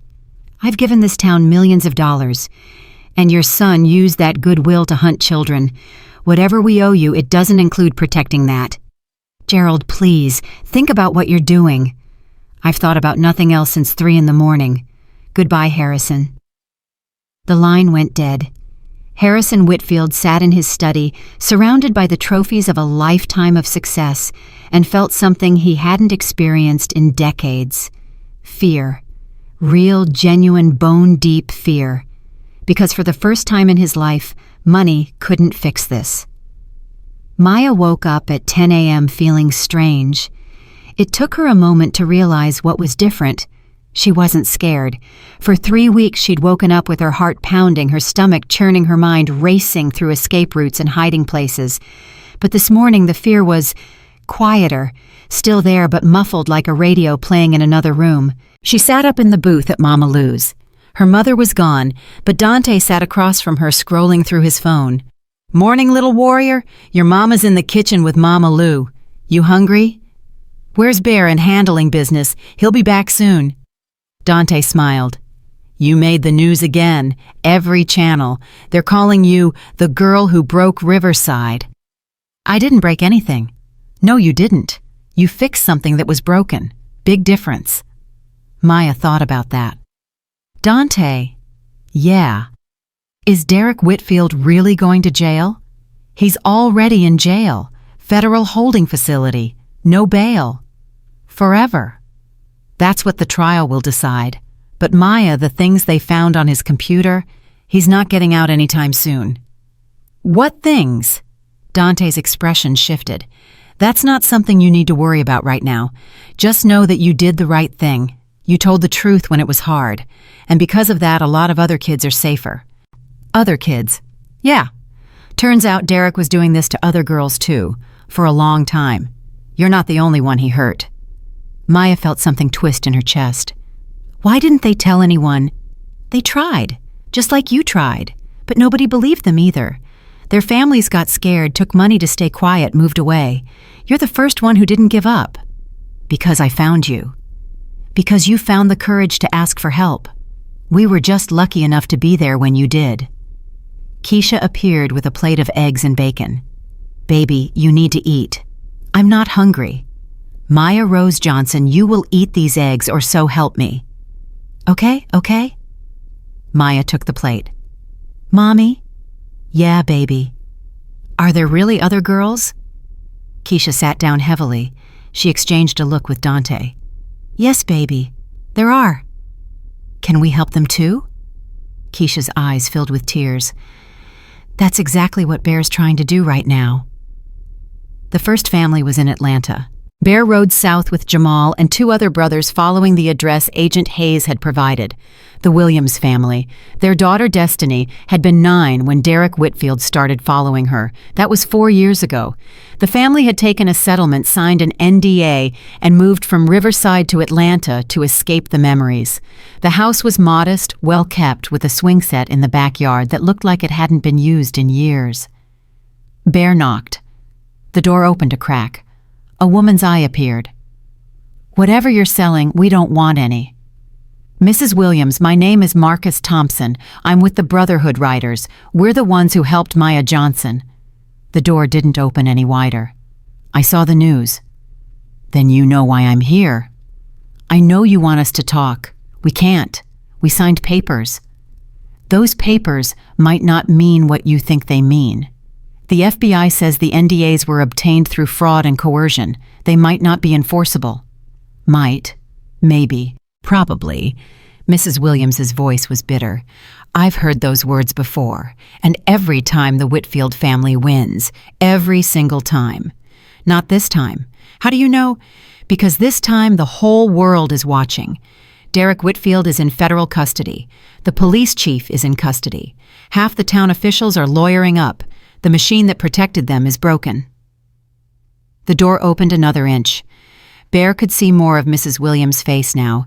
She was young, mid-30s maybe, with tired eyes and hair that was going gray too early. My daughter hasn't been the same since it happened.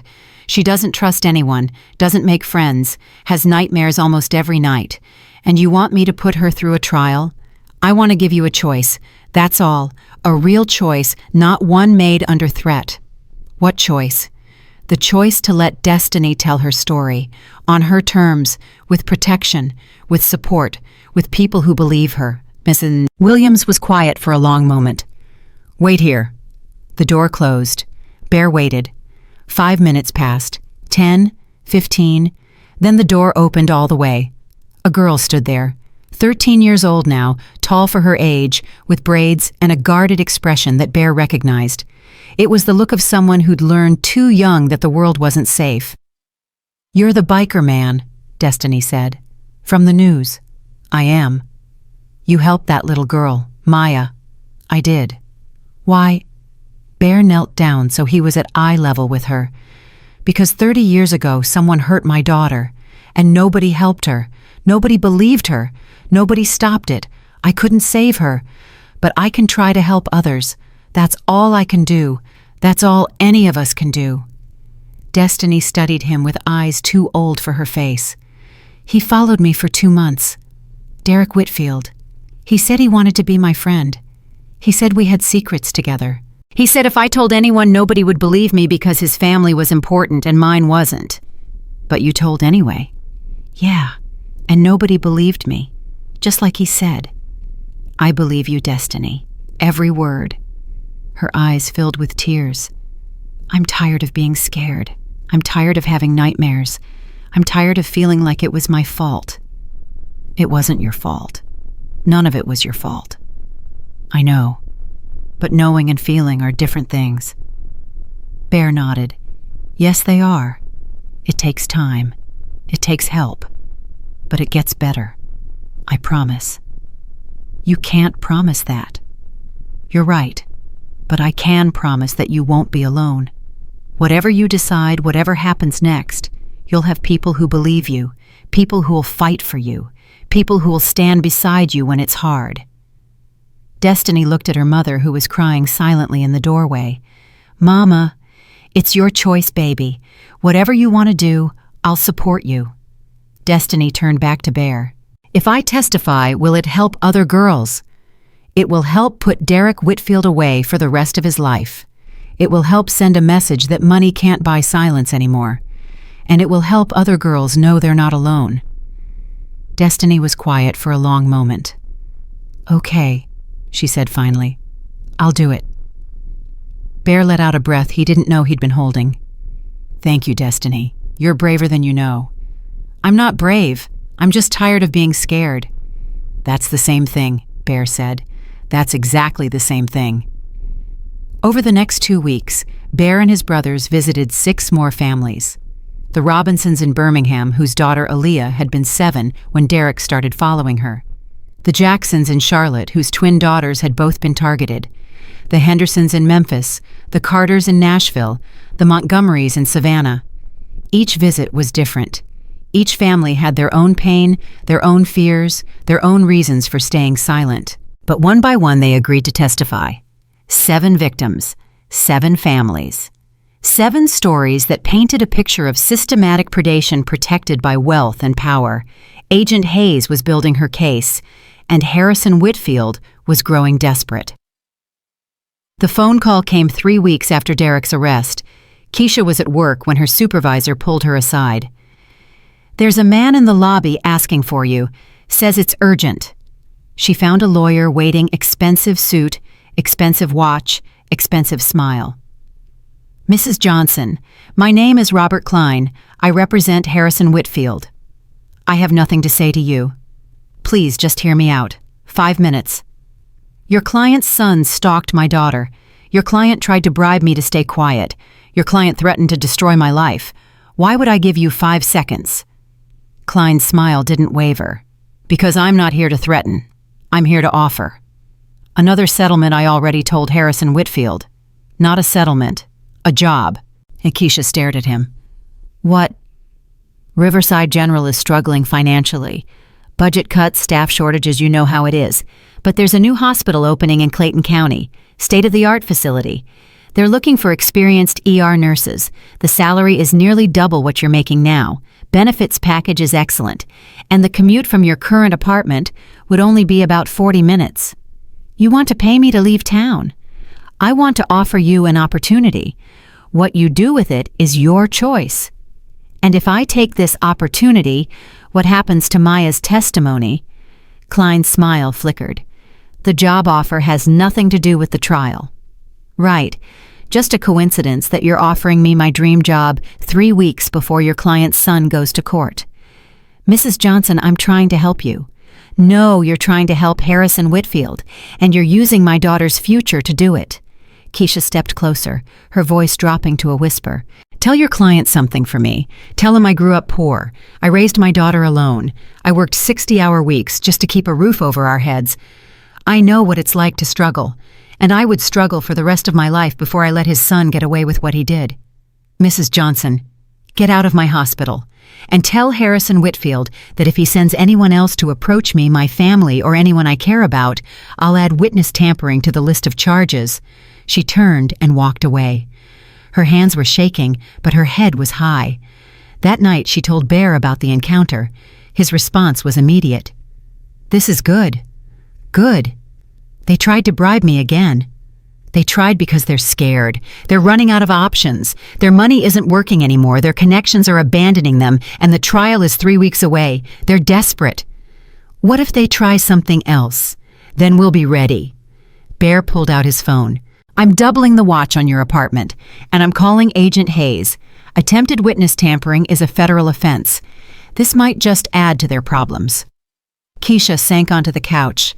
Maya was asleep in her room, finally sleeping through the night again. The nightmares were less frequent now. The flinching had almost stopped. "Bear, what happens after the trial?" "What do you mean?" "I mean when this is over. When Derek's in prison and Harrison's lost everything. What happens to us? What happens to Maya?" Bear sat down across from her. "That's up to you. But if you're asking whether the Brotherhood is going to disappear once the cameras are gone, the answer is no. Maya's family now. That doesn't expire. We can't expect you to protect us forever. You don't have to expect anything. You just have to know we'll be here." Keisha wiped her eyes. "I never thanked you properly. For everything. You don't have to thank me." "Yeah, I do. Because 3 weeks ago, I was ready to give up. I'd tried everything, called everyone, hit every wall, and I was sitting in my apartment at 2 in the morning, wondering if I should just pack up Maya and run, start over somewhere else, let Derek Whitfield win. What stopped you? Maya did. She walked out that door at 5 in the morning without telling me. She walked across town in the dark to ask strangers for help. My 7-year-old daughter was braver than I was. She learned that bravery from you, Keisha. Maybe. But she learned to act on it from you. You showed her that asking for help isn't weakness. You showed her that strangers can become family. You showed her that good people still exist." Bear was quiet for a long moment. 30 years ago, I couldn't save my daughter. I've spent every day since then trying to find a reason to keep going. Helping Maya. It doesn't erase what happened. Nothing can erase that. But it gives it meaning. Makes all that pain worth something. Bear? Yeah. What was her name? Your daughter? Bear's eyes grew distant. Angela. We called her Angel. That's beautiful. She was beautiful. Smart, funny. She had this laugh that could light up a room. He paused. I hear it sometimes in my dreams. That laugh. And then I wake up and she's gone all over again. Keisha reached across and took his hand. I'm sorry. Me too. Bear squeezed her hand. But Maya's here. She's alive. She's going to grow up and do amazing things. And every time I look at her, I see a future my angel never got to have. That's not nothing. That's everything. The weeks before the trial passed in a blur of preparation. Agent Hayes met with Maya 3 times, walking her through what to expect, how to answer questions, what the defense might try to do. Dr. Pamela Wright, a child psychologist recommended by the FBI, worked with Maya on coping strategies and stress management. Maya handled it all with a maturity that broke Keisha's heart. You shouldn't have to do this, Keisha said one night, watching Maya practice her testimony in front of the mirror. I know, but I want to. Why? Maya turned to face her mother. Because if I don't, Derek might hurt someone else, and then I'd feel like it was my fault. Does that make sense? It makes perfect sense. I just wish it wasn't true. Me too, Mommy. Me too. The night before the trial, Bear brought a gift to Mama Lou's kitchen. It was a small leather patch, hand-stitched with a roaring lion and 3 words, Voice of Courage. This is for you, he said, pressing it into Maya's hands. It's a new patch, just for you, the first one ever made. Maya traced the letters with her finger. Voice of Courage. Because that's what you are. You spoke when nobody else would. You told the truth when it was hard. You gave other girls the courage to come forward. That's more than most people do in a lifetime. You did it at 7 years old. Maya clutched the patch to her chest. Thank you, Papa Bear. It was the first time she'd called him that. Bear's eyes filled with tears. You're welcome, little lion. Now get some sleep. Tomorrow's a big day. Maya hugged him tight. Will you be there at the courthouse? Every second, right there in the front row, and if you get scared, you just look at me. I'll be there. Promise. Promise. That night, Maya slept holding the patch in her hand. She didn't have a single nightmare. The morning of the trial dawned gray and cold. Maya woke early, dressed in her blue dress with the leather vest over it, the same outfit she'd worn to the school board meeting. Her mother braided her hair with purple ribbons. Bear arrived at 7, wearing a clean shirt under his leather jacket. Outside, Mama Lou's 200 riders waited. They rode to the federal courthouse in formation, just like they'd ridden to Jefferson Elementary 6 weeks ago. But this time felt different, heavier, more final. At the courthouse steps, Maya paused. Mommy, yes, baby. Whatever happens in there, I want you to know something. What? I'm not scared anymore. Maya looked up at the courthouse, at the cameras, at the crowd. I was scared for so long, but I'm not scared now, because I know the truth, and I know people believe me, and I know I'm not alone. Keisha knelt down and cupped her daughter's face in her hands.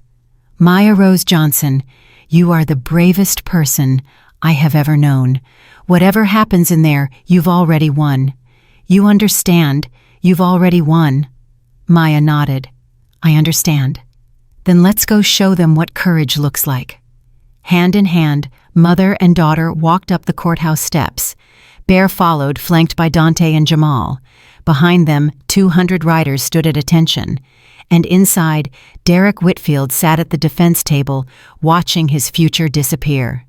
The courtroom was packed. Every seat filled, people standing along the walls, cameras positioned at every angle, the weight of attention so heavy, Maya could feel it pressing against her chest.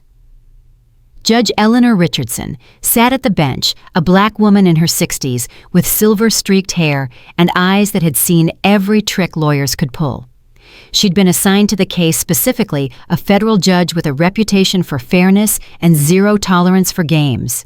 Derek Whitfield sat at the defense table, flanked by 3 lawyers his father had hired. He looked different now, thinner, paler.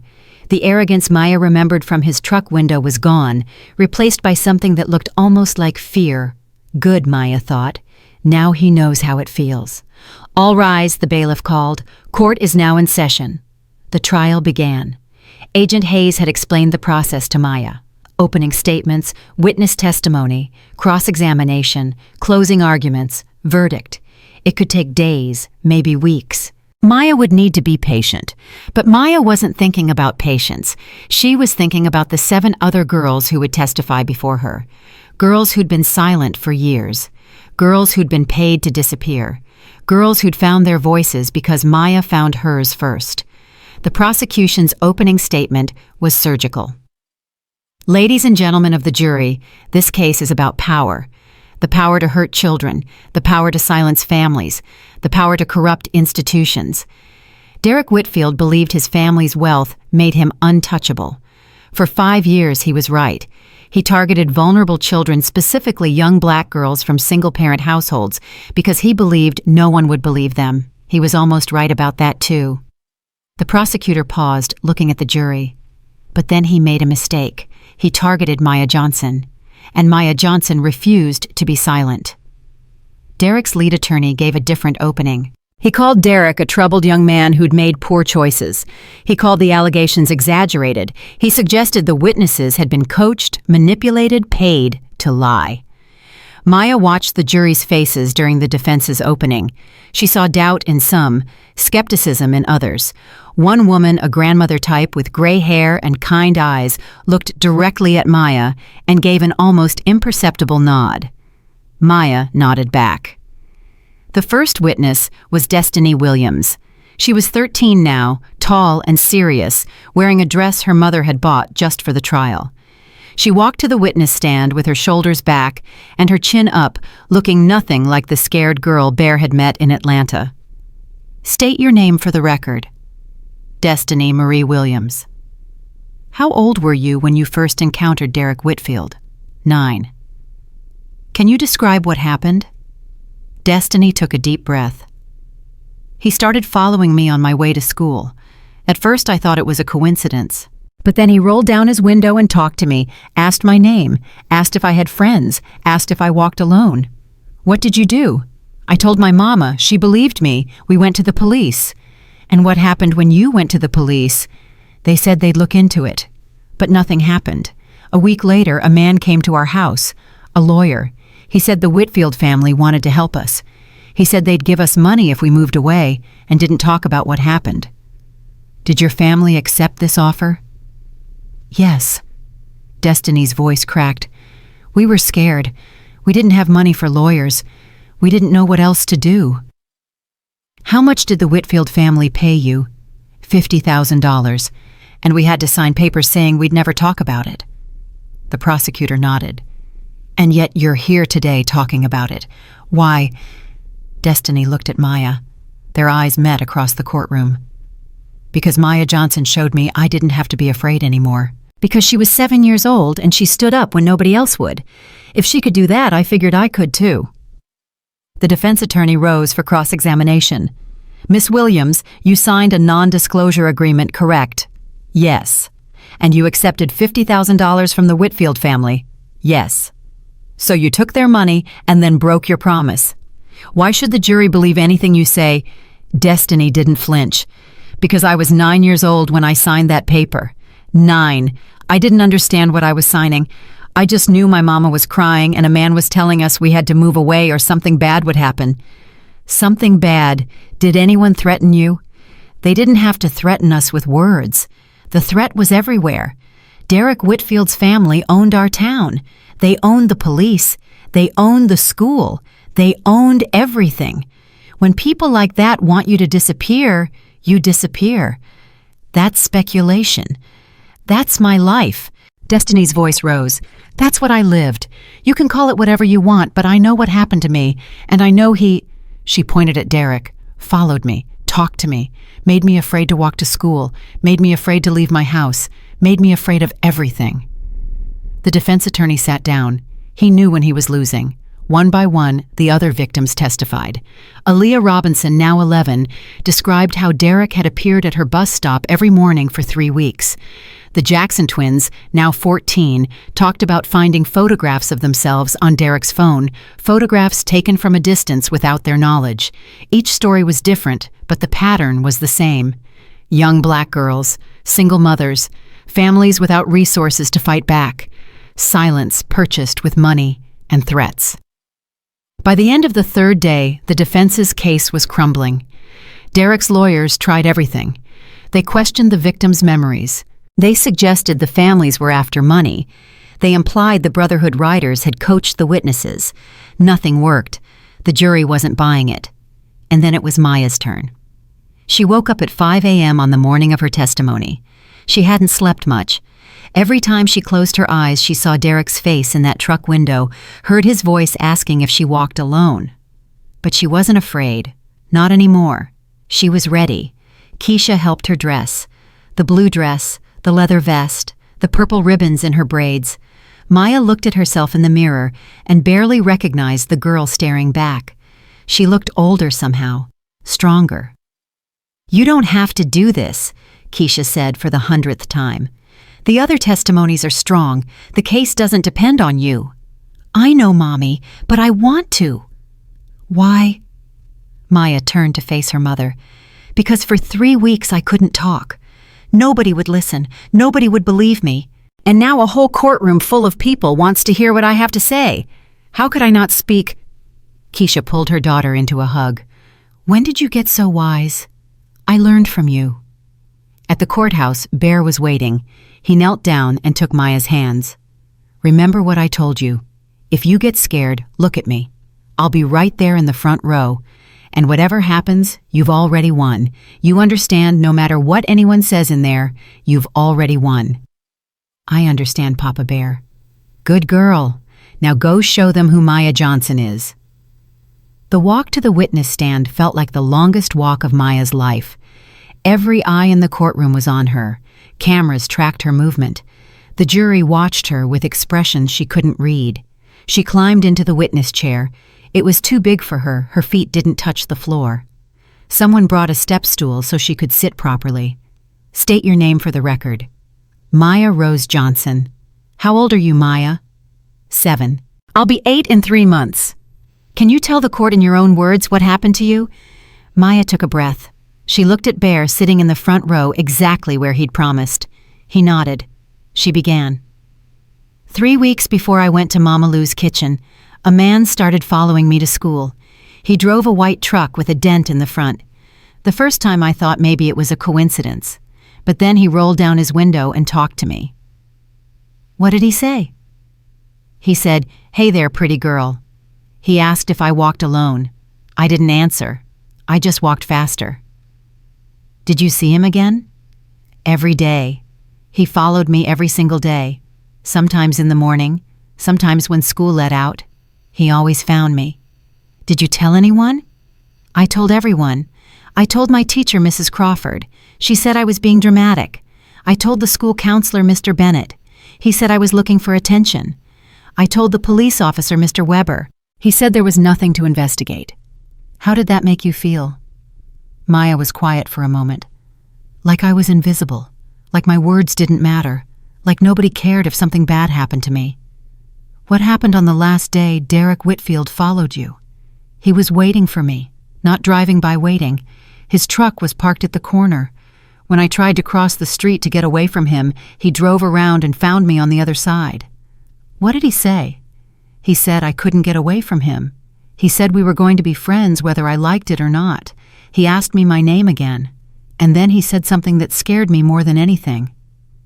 "What did he say?" Maya's voice dropped. "He said he knew where I lived. He said he'd seen my apartment. He said my mama worked nights and left me all alone." The courtroom was absolutely silent. "What did you do?" "I ran. I ran until I couldn't breathe. And that night I heard my mama crying because nobody would help us. That's when I decided I had to do something. I had to find someone who would believe me." "And you found the Brotherhood riders?" "I found Bear. He believed me the first time I told him. He didn't ask for proof. He didn't say I was imagining things. He just believed me." The prosecutor nodded. "Maya, I'm going to ask you to do something difficult. Can you identify the man who followed you?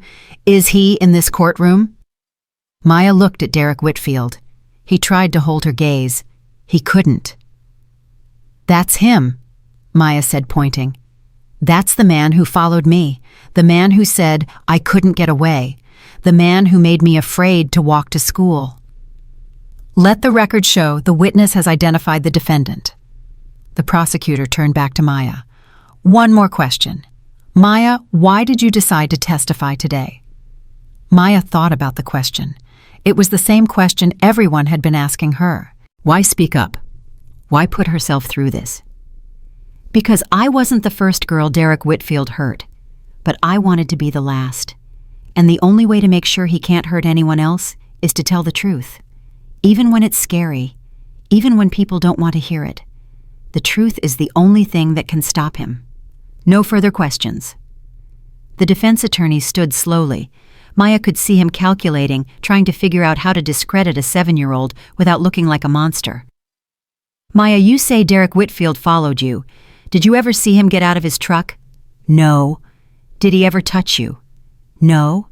"Did he ever directly threaten to harm you?" "He said I couldn't get away from him. That felt like a threat." "But he didn't say he was going to hurt you." "He didn't have to say it. I knew." "How did you know?" Maya looked at the defense attorney with eyes that had seen too much for 7 years. "Because I'm a little black girl. And people like Derek Whitfield don't follow little black girls because they want to be friends. They follow us because they think we're easy targets. They think nobody will believe us. They think nobody will care." She paused. "But they were wrong about me. And they were wrong about all those other girls, too." The defense attorney opened his mouth, closed it, opened it again. No further questions. Maya climbed down from the witness stand. She walked past the defense table, past Derek Whitfield, past the lawyers and the cameras and the jury. She walked straight to Bear and let him wrap his arms around her. "You did it, little lion," he whispered. "You did it. Is it over?" "Almost. Just the closing arguments and the verdict." "How long?" "Could be hours, could be days. But Maya, no matter what happens, you should know something. You just changed history in there. Every person who watched you testify will never forget it. Whatever the jury decides, that can't be undone." And the closing arguments took 4 hours. The prosecution summarized the evidence. 7 victims, years of predatory behavior, a family that used wealth and power to silence accusers, a system so corrupted that a 7-year-old girl had to walk into a diner full of strangers just to find someone who would believe her. The defense argued reasonable doubt, no physical evidence, no witnesses to actual crimes, just the word of girls who'd been paid to stay quiet and then changed their minds. The jury deliberated for 6 hours. Maya spent those hours at Mama Lou's kitchen surrounded by bikers who'd become family. She tried to eat, couldn't, tried to sleep, couldn't, tried to play games on Keisha's phone, couldn't concentrate. At 7:47 p.m., Bear's phone rang. "Verdict's in." They rushed back to the courthouse. The jury was already seated when they arrived. Derek Whitfield stood at the defense table, his face gray. Judge Richardson addressed the jury. "Has the jury reached a verdict?" The forewoman stood. She was the grandmother Maya had noticed on the first day, the one who'd nodded at her. "We have, Your Honor." "On the charge of stalking a minor, how do you find Okoye guilty?" Maya's heart stopped. "On the charge of attempted abduction, how do you find guilty? On the charge of possession of exploitative material involving minors, how do you find guilty? On the federal charge of conspiracy to obstruct justice, how do you find the guilty?" Derek Whitfield's legs gave out. His lawyers had to catch him. "On the charge of witness tampering, how do you find guilty? On all remaining charges, guilty on all counts, Your Honor." The courtroom erupted. Maya stood frozen, unable to process what she was hearing. Guilty. Guilty on everything. Derek Whitfield was going to prison. Keisha grabbed her, sobbing. "You did it, baby. You did it." Bear lifted Maya onto his shoulders so she could see above the crowd. She looked at the chaos, the reporters shouting, the families of other victims crying and hugging Derek Whitfield being led away in handcuffs, and she felt something she hadn't felt in months. Free. Judge Richardson's gavel came down. "Order, order in the court." The noise slowly subsided. "Sentencing will take place in 4 weeks. Mr. Whitfield, you are remanded to federal custody without bail until that time." She looked at Maya, still on Bear's shoulders. "Young lady, the court would like to thank you for your courage. What you did here, what all these young women did, took extraordinary bravery. The justice system failed you, but you refused to let that failure stand. That is something this court will never forget." Maya nodded, not trusting her voice. Court is adjourned. Outside the courthouse, the celebration was deafening. 300 riders revved their engines. News crews pressed forward, shouting questions. Supporters who'd traveled from across the country cheered and waved signs. Maya stood on the courthouse steps, holding her mother's hand, looking at the crowd. A reporter pushed through. Maya Johnson, how do you feel?" Maya thought about the question. How did she feel? Relieved, exhausted, grateful, overwhelmed? "I feel like maybe things can get better now," she said finally. "Not just for me, for everyone." 4 weeks later, Derek Whitfield was sentenced to 32 years in federal prison without possibility of parole. Harrison Whitfield, charged as an accessory after the fact, and with multiple counts of obstruction of justice, received 18 years. Chief Walter Gibson received 12 years for corruption and obstruction. Officer Danny Weber received 8 years for his role in suppressing complaints. Principal Gregory Garrett lost his teaching license permanently and faced civil suits from multiple families. Superintendent Raymond Collins resigned in disgrace. The Whitfield empire, built over 3 generations, collapsed entirely. Properties were seized. Assets were frozen. The family name, once synonymous with power in Riverside, became synonymous with shame. But Maya didn't care about any of that. What she cared about was what happened next. 6 months after the trial, Bear called a meeting at Mama Lou's kitchen. Maya sat in her usual booth, now 8 years old, surrounded by the people who'd become her family. Dante, Jamal, the riders who'd shown up that first morning and never really left. "I've got news," Bear said, standing at the head of the table. "Good news." "What kind of news?" Keisha asked. "The kind that changes everything." Bear pulled out a folder. "Over the last 6 months, we've gotten calls from families all over the country. Kids being bullied, kids being stalked, kids being failed by the same systems that failed Maya. They heard her story, and they want help." "How many calls?" Maya asked. "Hundreds, from 32 states. And I realized something. What we did for Maya, the protection, the advocacy, the refusal to let a child suffer alone, we could do that for other kids too." He opened the folder. "So I've been working with some lawyers, some activists, some other clubs, and we've created something new." He held up a document. Guardian Angels Riders, a national network dedicated to protecting children failed by the system. We've already got chapters forming in 12 states. We've got funding commitments. We've got volunteers. Bear looked at Maya. "And we've got a co-founder." Maya's eyes went wide. "Me? You started this little lion. Your courage inspired everything that came after. It's only right that your name is on it." He handed her a certificate. Her name was written in gold letters, Maya Rose Johnson, co-founder, Guardian Angels Riders. Underneath in smaller letters, "Because every child deserves to be believed." Maya traced her name with her finger. "This is real. It's real. And Maya, this is just the beginning. We've already helped 23 children since the trial ended. 23 kids who were scared and alone and didn't know where to turn. 23 kids who found out they're not alone. Because of me. Because of you. Because you walked into this diner at 5 in the morning and asked for help. Because you refused to be silent when everyone told you to be quiet. Because you showed the world what one brave child can do." Maya looked at her mother. Keisha was crying, but smiling through the tears. "What do you think, baby?" Maya looked at the certificate, at Bear, at all the faces of the people who'd become her family. "I think I want to help more kids. I think I want to make sure nobody ever feels as scared and alone as I did. I think—" She paused, finding the words. "I think this is what I was supposed to do. This is why everything happened. So I could help others." Bear knelt down beside her. "Then that's what we'll do, together." The years that followed were filled with purpose. Guardian Angels Riders grew from 12 chapters to 47. They helped hundreds of children, kids being bullied, kids being stalked, kids trapped in situations where the adults who should have protected them had failed. Maya spoke at schools, at conferences, at congressional hearings about child safety. Her message was always the same: believe children protect children, and when systems fail, communities must rise. At 13, she gave the keynote speech at a national summit on child advocacy. 20,000 people watched a teenager talk about what she'd survived and what she'd built from the ashes. "I was 7 years old when I learned that being small doesn't mean being powerless," she told the crowd. "I was 7 when I learned that courage isn't the absence of fear, it's the decision to act despite fear. And I was 7 when I learned the most important lesson of my life: you are never, ever alone. Even when it feels like the whole world has abandoned you, there's always someone who will believe you. Sometimes you just have to be brave enough to find them." At 18, Maya graduated high school with honors. She'd been accepted to 3 universities. She chose the one with the best social work program.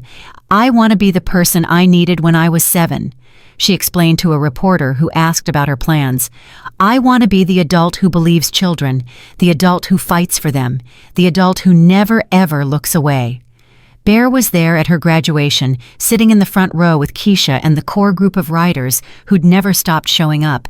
He was older now, gray had completely overtaken his beard, and he walked with a slight limp from years of riding. But his eyes were still sharp, and his presence still commanded respect. After the ceremony, Maya found him standing by his motorcycle.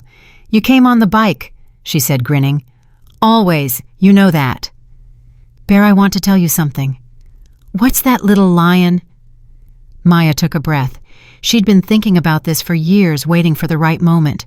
"You saved my life, not just by protecting me from Derek Whitfield, but by showing me that asking for help isn't weakness, that strangers can become family, that good people exist even when the world makes you doubt it." Bear's eyes grew wet. "Maya, let me finish. I know about your daughter. I know you've spent 30 years carrying that pain, and I know you've helped so many kids because of her, because you couldn't save her, but you could save others." "She would have loved you," Bear said quietly. "Angela, she would have loved you so much. I wish I could have met her." "Me too." Maya reached into her pocket and pulled out something small. It was a patch, hand-stitched, just like the one Bear had given her years ago, but this one had new words: Angel's Legacy. "I had this made for you," Maya said. "Because what you built, Guardian Angels Riders, that's her legacy. Every child we help, every family we protect, every time we show up when nobody else will. That's Angela. That's her spirit living on through the work we do." Bear took the patch with trembling hands. He stared at it for a long moment, tears streaming down his weathered face. "I don't know what to say." "You don't have to say anything. Just keep showing up. Keep believing kids when nobody else will. Keep being Papa Bear." He pulled her into a hug, held her like he'd held her that first morning in Mama Lou's kitchen, when she was just a terrified 7-year-old asking strangers for help. "I'm so proud of you, Maya. So damn proud." "I'm proud of us. All of us." Mjog. They stood there for a long moment, surrounded by the people who'd become family, celebrating how far they'd come. Keisha joined them, wrapping her arms around both of them.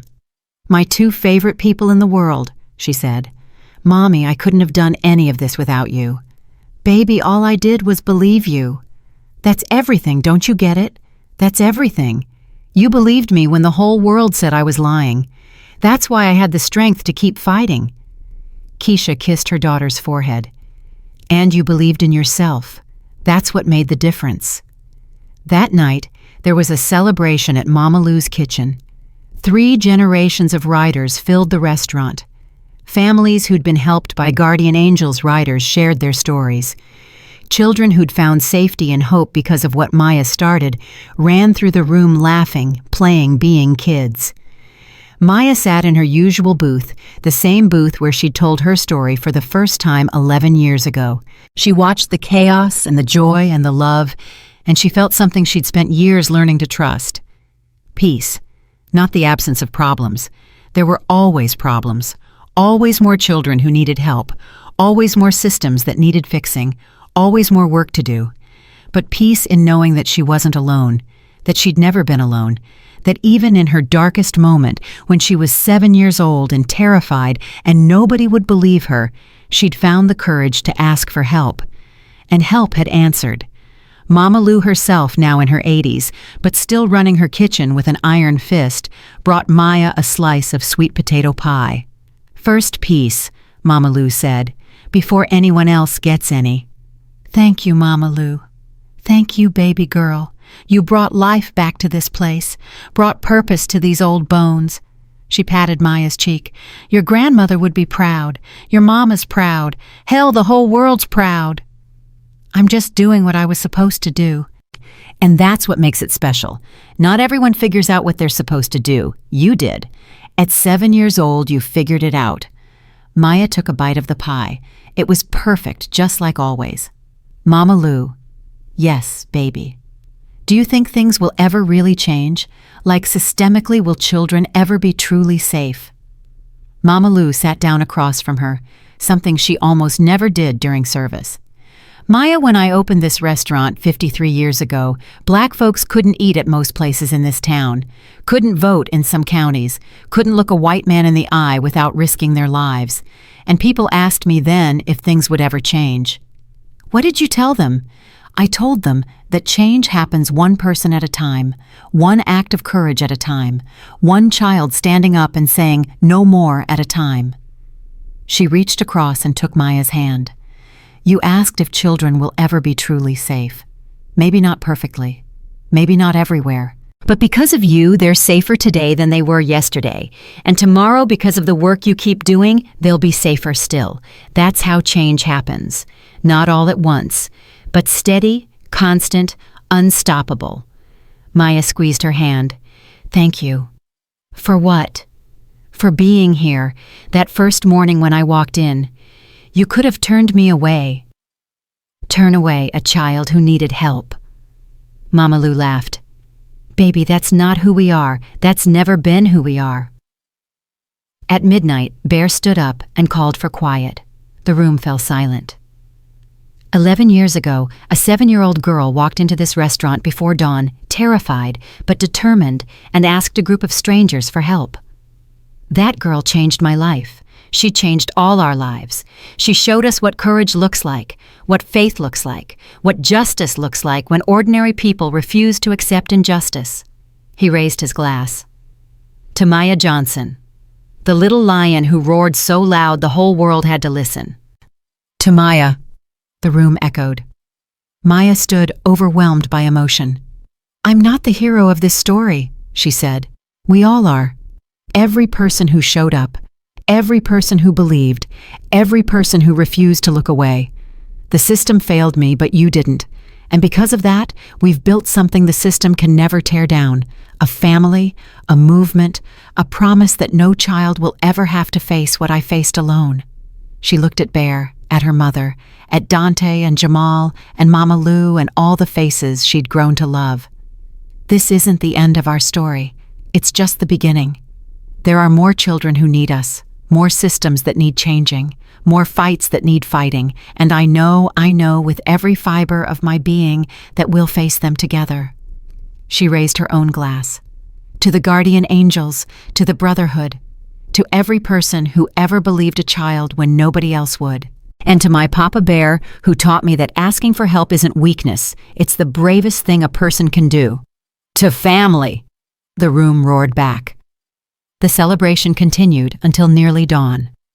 Maya stepped outside for air, finding herself alone on the same sidewalk where she'd stood 11 years ago, working up the courage to open the door.